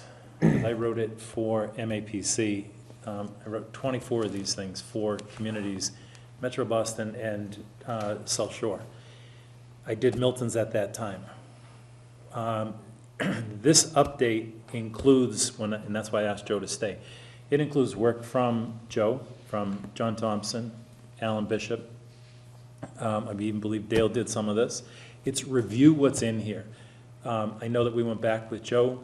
Joe went back with Brian Carlisle, that we looked at different sites. Are there sites that we could take and put in here? This is not, these are all hazards. These are natural disasters, not something that comes in. This is Earthquakes, tornadoes, hurricanes, conflagration, forest fires. yeah, anything natural this does. This does not deal with, car accidents. This isn't going to deal with trains, whatever. This is just something that's natural. If you remember 3 years ago, we had severe rains in March. During that time, we lost part of Garden Street. Our drainage down in that area failed. There was a house down there that wound up losing the bottom half of the house. We had issues with sewage backing up into Unquity House. And because we had this plan, we were eligible for monies from the federal government. So we had FEMA funds that came in right away. When the FEMA people came, it was, are you on the list? We actually had things that we wound up getting fire department hours covered. We had some of the DPW hours covered because we had this plan in place. This is the update to that plan. It was a requirement that the plan be updated every 5 years. This is that plan. That the town departments worked with MAPC, Metropolitan Area Planning Council, to update the plan. The verbiage was looked at by the town. We updated it where it had to be. We gave it back to MAPC. They put it all together as a package. They put several other towns together. They submitted it to FEMA, and it has been conditionally approved by FEMA on the 23rd of January. By you approving it, we're just back in line for our money, for money should it become available after a presidential declaration. What the plan has is a whole series of maps that we have electronically. These feed into Alan Bishop's GIS system. the funny thing is that all of these maps are based on work that Alan was the original creator for when he worked for MAPC. So we have the originals, we have the updated, we're in good shape with this plan. It also, we identified sites in here for potential projects, should they come up. We've ranked those particular projects, and it's one of those things, it's on the shelf, it's ready to go, and this is one of the ones that gets used. This is one of the ones that allows us to grab certain funding. So is there any timing issue that we need to be concerned about in terms of adopting this? You're not Are going we up to against a use deadline? There is no deadline to it. Okay. If you said, okay, I'll approve it, but you don't, and you put it off for a year, and we get something in March, we're not covered. I just want to clarify that if there's a natural disaster, any direct costs that are associated with dealing with the disaster itself is still covered under declaration, so long as the county's qualified, and then the president declares on a basic county basis.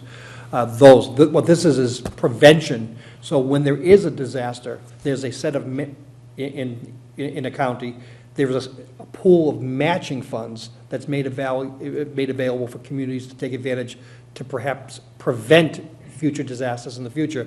So without a plan in place, that's when you lose the opportunity. But if this storm turned into a federal declaration, we would not suddenly lose eligibility on something like this. So Okay, but putting this off until the February 25th meeting You're to fine. adopt the resolutions is fine. You're fine. another clarification, Bill, is you spoke of staff. We helped with the publication of this. The actual LEP, there was a lot of stakeholders. There were not-for-profits involved who got some of their vulnerabilities identified. Police department, of course, fire department, ambulance, the LEPC as a committee, local emergency planning committee, as a core. We all spoke of our vulnerabilities, and so the document was updated by all of those stakeholders participating in the data. So it was just the staff on my part with Bill in the publication. It's not so much we pretend to be experts in all of it. And we actually, and I guess time flies, I don't honestly remember the public meetings, but we actually had 2 public meetings on this in June 2012 and July 2011. We brought MAPC here on August 9th of 2012. I think I did the first one for them, for you. They did the second one. I know that, Jack and I had to go to Weymouth to meet with other South Shore communities to do the initial discussion with MAPC on what would be covered. And we brought it back, and as Joe just said, we included all of the LEPC members. Right. The LEPC is Local Emergency Planning Committee, which is Hospital, Curry College, Milton Academy, the ambulance companies. It's all of anybody who participates in a vulnerable population in the town, and anybody who provides an emergency service in the town. Sure, it'll be riveting reading, right? Yeah. Yeah, looking Fascinating. forward to it. Katie, do you want to have this moved, or do you want to hold off? I do want to have it moved. I don't think, I don't think I can vote on something if I haven't read it, so I do want to defer till the 25th. So long as we're not going to put ourselves in jeopardy of not getting any funding if we No, We as haven't Joe said, voted until if then. there's a storm, we get covered by it. If the monies that become available, the federal government has proven that the money they spent on pre-disaster mitigation comes back to them, tenfold when the storm hits. If you can do some of the pre-disaster work, you're not flooding out. I'd have to go back and use the example of other communities. Other communities have taken raised houses. When you raise the houses out of the floodplain and the water comes and goes through the basement, you're not wiping out the utilities because the house is already raised. Perfect example is Unquity House. During that May of 2010 flooding, March of 2010 flooding event, Unquity House suffered some severe damage because the MWRA sewer next to the Aponset River flooded and backed into there. So they had a lot of decontamination issues. They had vulnerable population. So FEMA had to pay their share of fixing all of that, which was very, very costly. When the disaster was over, FEMA stepped forward. So we have some money's available to prevent that from happening in the future, and Uncle D went in and put the storage Brand tank new pumps. in a pump chamber in, to prevent that from happening in the future. Problem solved. Good investment that the federal government makes to minimize future damage claims. So that's a perfect example.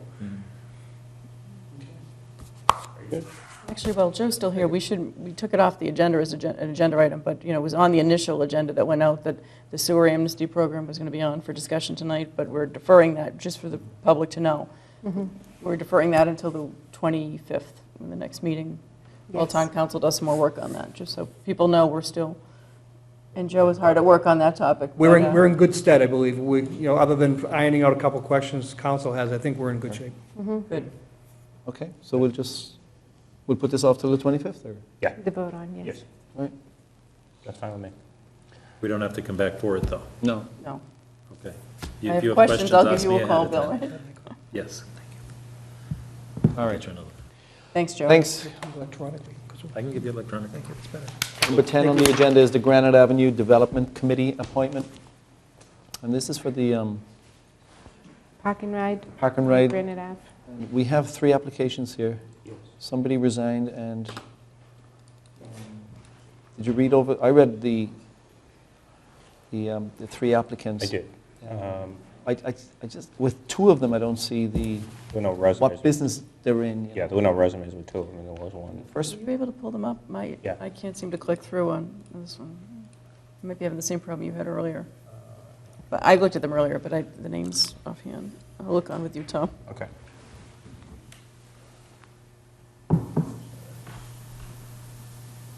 should we mention the names, Emery, or? We have 3 Oh, people in the Nancy- general Nancy area of the O'Sullivan. neighborhood. Nancy Nancy O'Sullivan. Sullivan, Ann Chris- Renahan, and Chris Shirley are the 3. For Chris Shirley and Ann Renahan, there's no resume attached. No. We don't know what they do. They just for- did the volunteer forms. Right. And The goal is to appoint a neighborhood representative to fill the shoes of someone who's resigned. Yes, one of the neighborhood appointments resigned. Andrea Doherty has resigned from the committee. right. Chris is a resident of Cortlandt Circle. Nancy is a resident of Thistle. And Ann Renahan is a resident of Granite Ave. I'll move to recommend the appointment of Nancy O'Sullivan to the Granite Avenue Study Committee. I'll second it for discussion purposes. I don't know any of the 3 I don't applicants. either. And, they all live in the general area. They all looked like they had an interest and had good qualifications.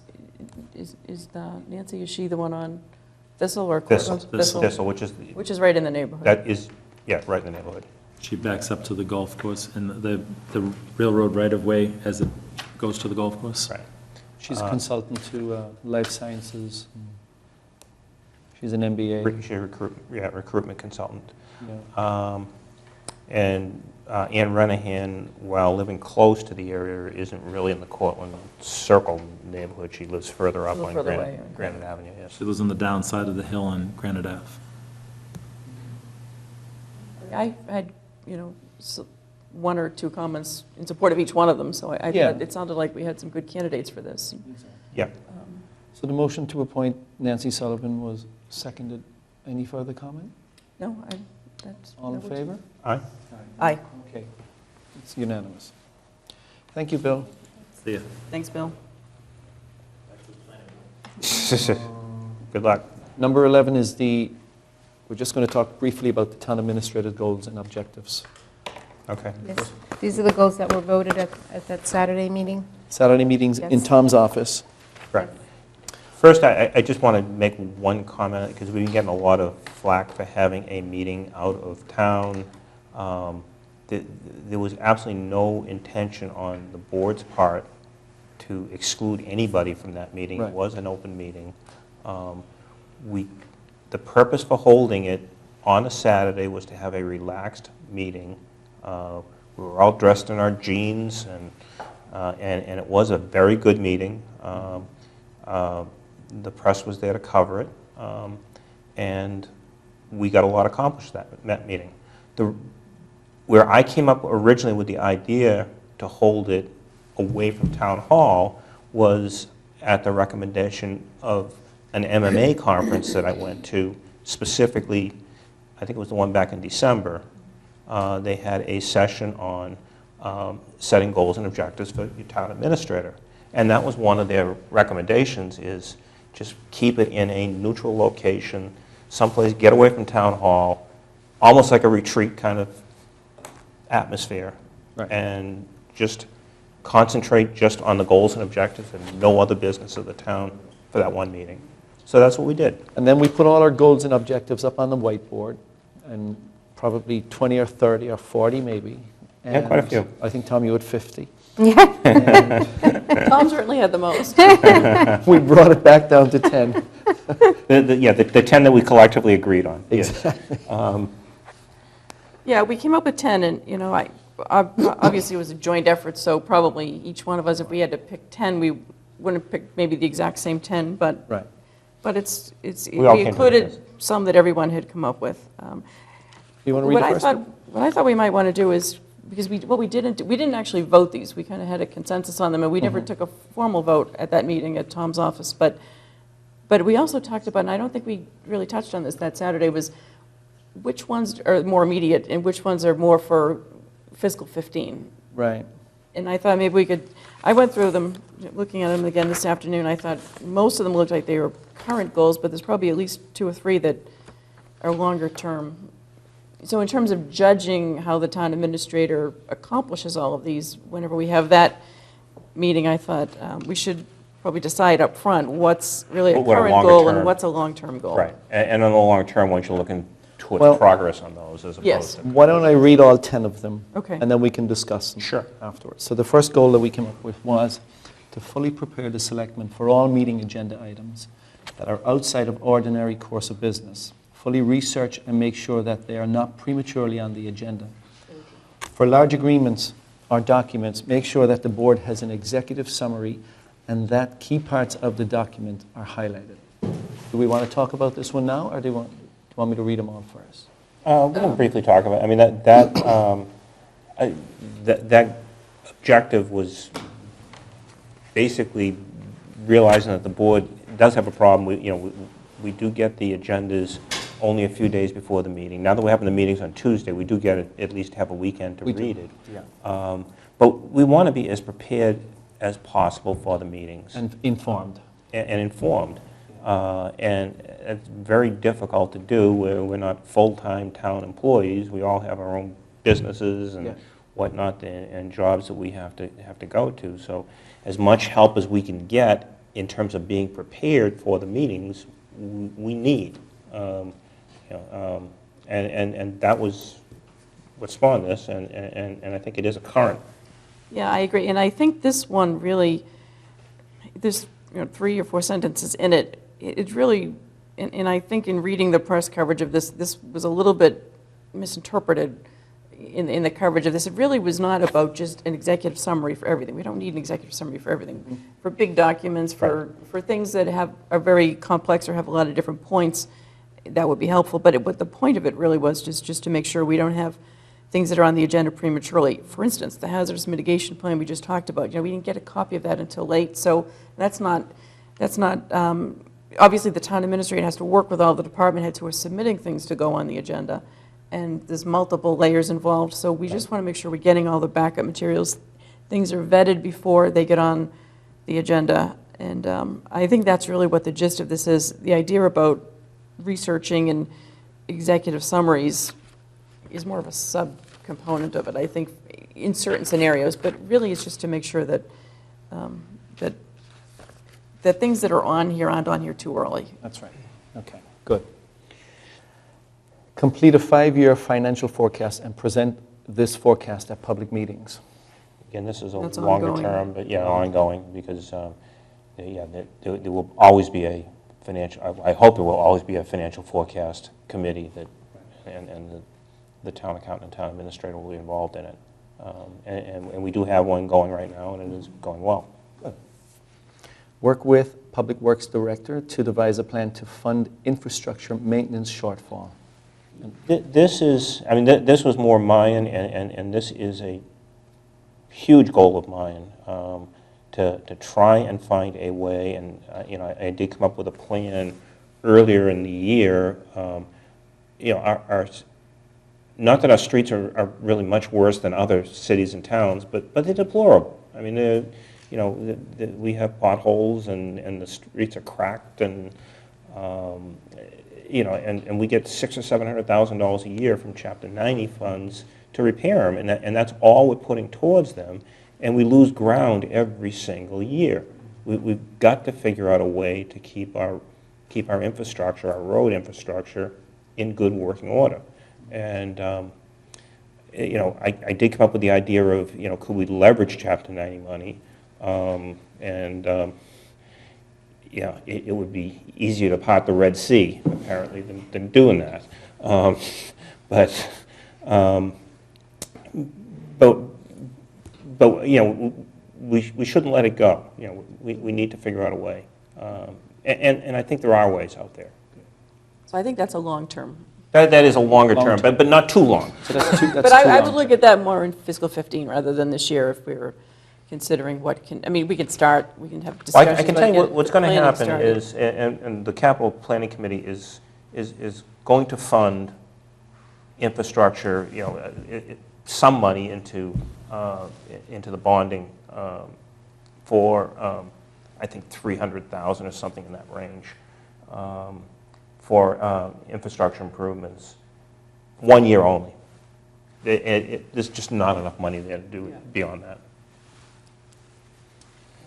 Next one is to establish a system to ensure that executed documents and agreements that require actions or other kinds of maintenance are kept current. Who came up with this one? I think this was kind of collective. You Yes. did, Yeah. Katie. I had it on mine, And this is already in process, or it's already, We're beginning. you know, the office is fully staffed. It's getting going. This next one I kind of report monthly on the status of open projects. Town council is to present a quarterly litigation report. And I guess the reason is we have so many deals on the table. Sometimes we forget. they go out of sight, out of mind, yeah. Exactly. So if we get a report every month with everything that's going on in the town and what has happened in the past month, then we can keep current. And you have to, the town administrator has to report to a 3-member board. Sometimes I'm sure it's hard to track, who did I tell this to and who haven't I mentioned this to? So some of it, I think, just is to keep everybody on the same page. Yep. The next one is advocate for funding for the assistant town planner position, which is very, very important. Right. We all know it's a tight budget year.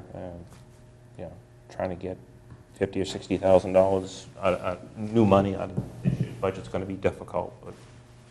But this, again, you know, I'm a big advocate for the building department because it's a revenue generator. I think the planning department is a revenue generator. Mhm. We can get plans out the door, permitted, it brings in. Right. And it's just a matter of the town planner. I mean, last night, you know, Dennis and you and I were at the meeting at Curry College that they had with the abutters. Bill Clark was at that. I think he's at a meeting every night of the week. And we need to split up some of those duties because there's really just so much on one person's plate right now and so many meetings to cover that And then implement the auditor's management letter recommendations in conjunction with the town treasurer. Right. We obviously discussed that tonight. Discussed that tonight. Quite extensively. Develop and oversee training programs for town employees. I think I put that on the list, and that's like, Is that cross-training, Katie, or?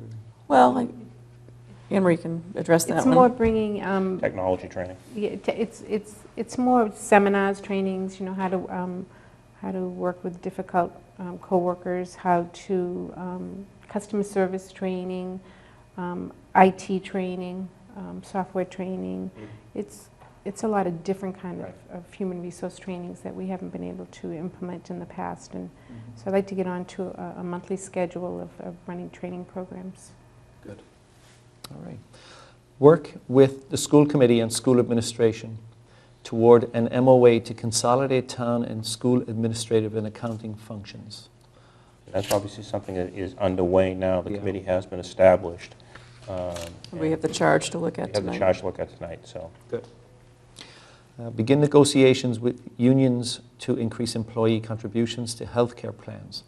Review plan design in light of impending Obamacare changes to ensure that premiums will continue to be stable. And, Self-explanatory. right, and since we have an agreement that's going to expire, or expired, right? in December 2014. 14, okay, so it is going to expire. You know, that's more of a near term. All right, do you want to form a motion for this, or do you want to? Should we ask the town I just administrator if have- she has any feedback on any of I this? just have a couple of clarification questions. I thought when we met that, it was my understanding that there's only 4 months left of fiscal year 14. Yeah, they'll carry over. With 7 union contracts and 6 individual union agreements. I thought that these goals were for the remainder of 14 and 15. That's correct. So I Yeah. just wanted clarification on that. They- You're not That's looking. correct. You're not expecting. Yeah, in 4 You're not months. expecting these In to 4 be done in 4 months, months. 5 or 6 of these to be completed, okay. So No. these are really 14 and into So 15, okay.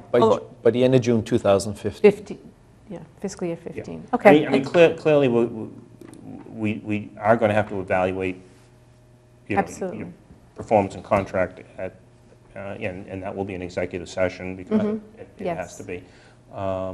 You know, so we will probably be looking at these things in terms of, has anything been started? That's but correct. not expecting necessarily a conclusion to. No, although I think there might be a couple that might even be concluded. You know, the assistant town planner position, we'll know if we'll get funding for that at the Yep. town meeting. And if we don't, which we hope isn't the case, then it's a priority for next year. But we've already started on the first one. You know, this was a little bit of a fluke with the hazard mitigation plan, but for the most part, things that have been on the agenda have been fully vetted. And sometimes it's just a function of the right word getting to the right person as to what's needed to go to the board.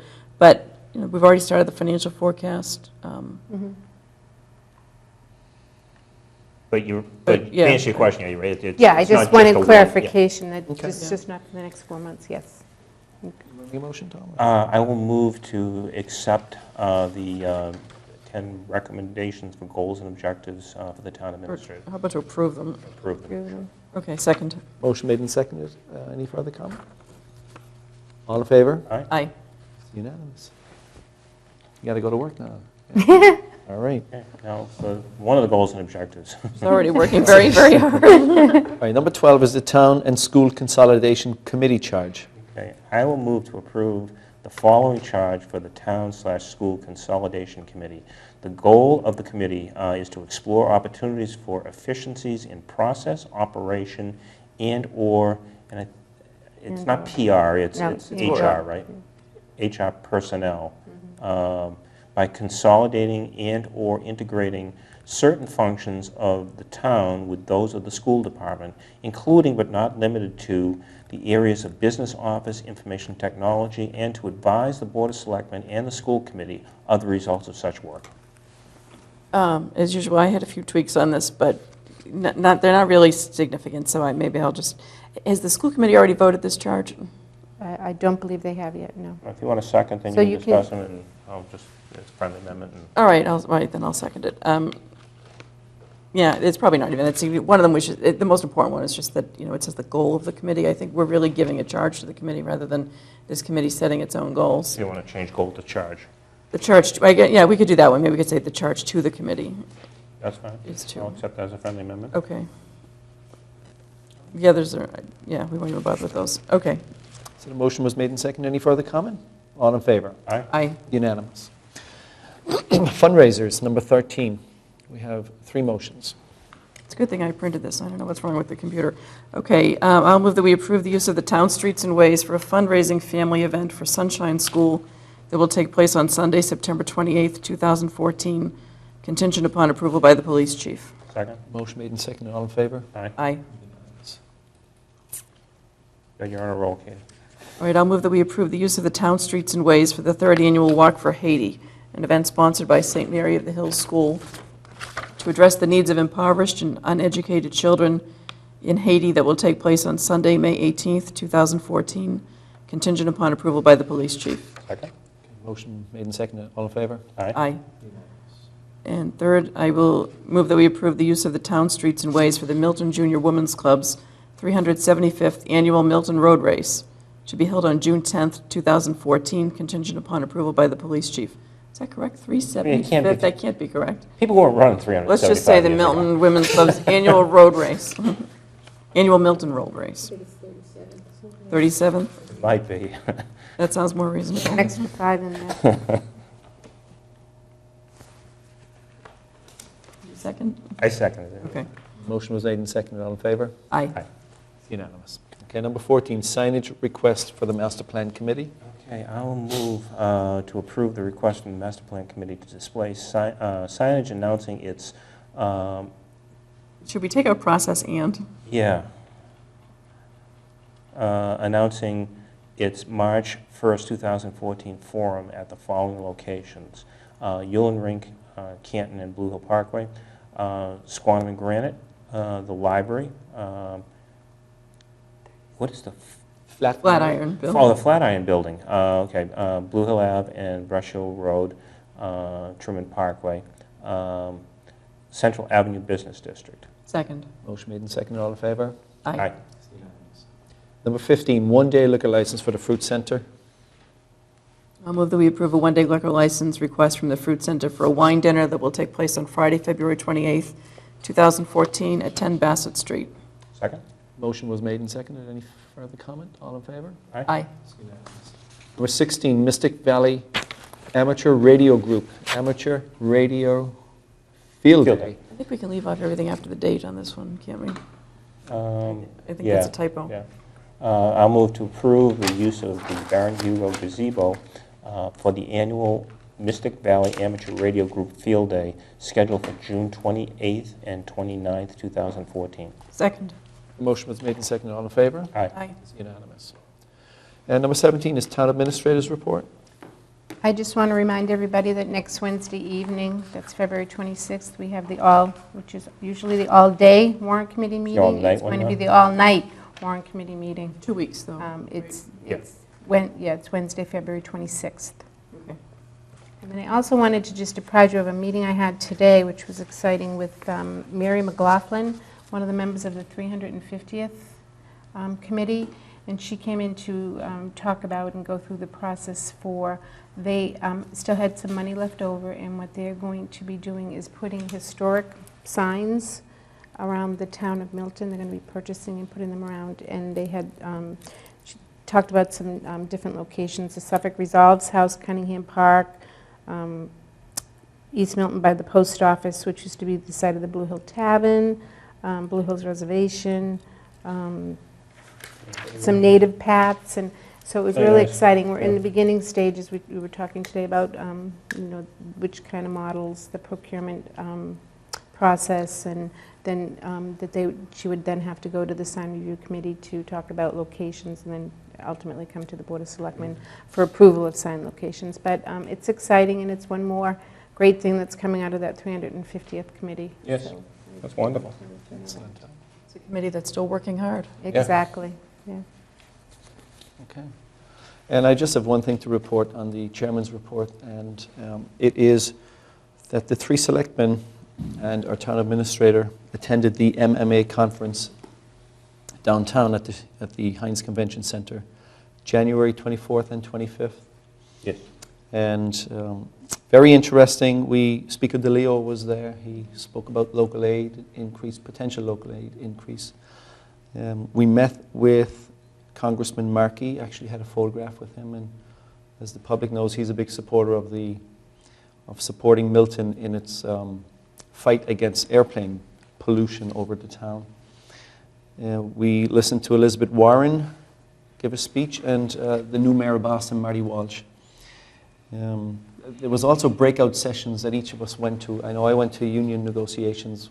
Which one did you go to, Tom? I went to a couple. The most interesting one was the Chapter 23L, which is basically a way to fund infrastructure projects through almost like betterment charges, where you can bond them, but the town is not on the hook for the bonding. The state is on the hook for the bonding. So it was an interesting project, interesting discussion. And which one did you attend, Katie? I went to the municipal law update. That was one of them. I think you and I both went to the 40R, Yes, the affordable housing. I guess it was more 40R And the budget, the OPEB was a big topic of discussion at all the sessions. Yes. But the good news from that was that pretty much all the other towns are in the same boat we are, and Right. they're all addressing it the same way, so Yeah. that was good news. And we got to meet selectmen and city councilors from most cities and towns around the state. It was very interesting. And the next day, the Saturday, I had to leave, but I know you attended the candidates for governor. Yes, yeah, that was interesting. It was an Yeah. interesting kind of, The I wouldn't call it a debate. It wasn't really a debate per No, se. they styled it as a They debate. yeah, they but called it that. They but, brought the yeah, candidates in one by one and asked them the same set of questions. Right. But it was interesting. It was. Very It was interesting. really interesting. And that's my chairman's report. And now I'll make a motion to enter executive session to discuss the discipline or dismissal of or complaints or charges against a public officer, employee, staff member, or individual, and to discuss contract negotiations, Quarry Hills lease agreement, and to return to open session to adjourn. Second? Ms. Conlon? Yes. Mr. Hurley? Yes. Mr. Cohen? Yes. We're in executive session.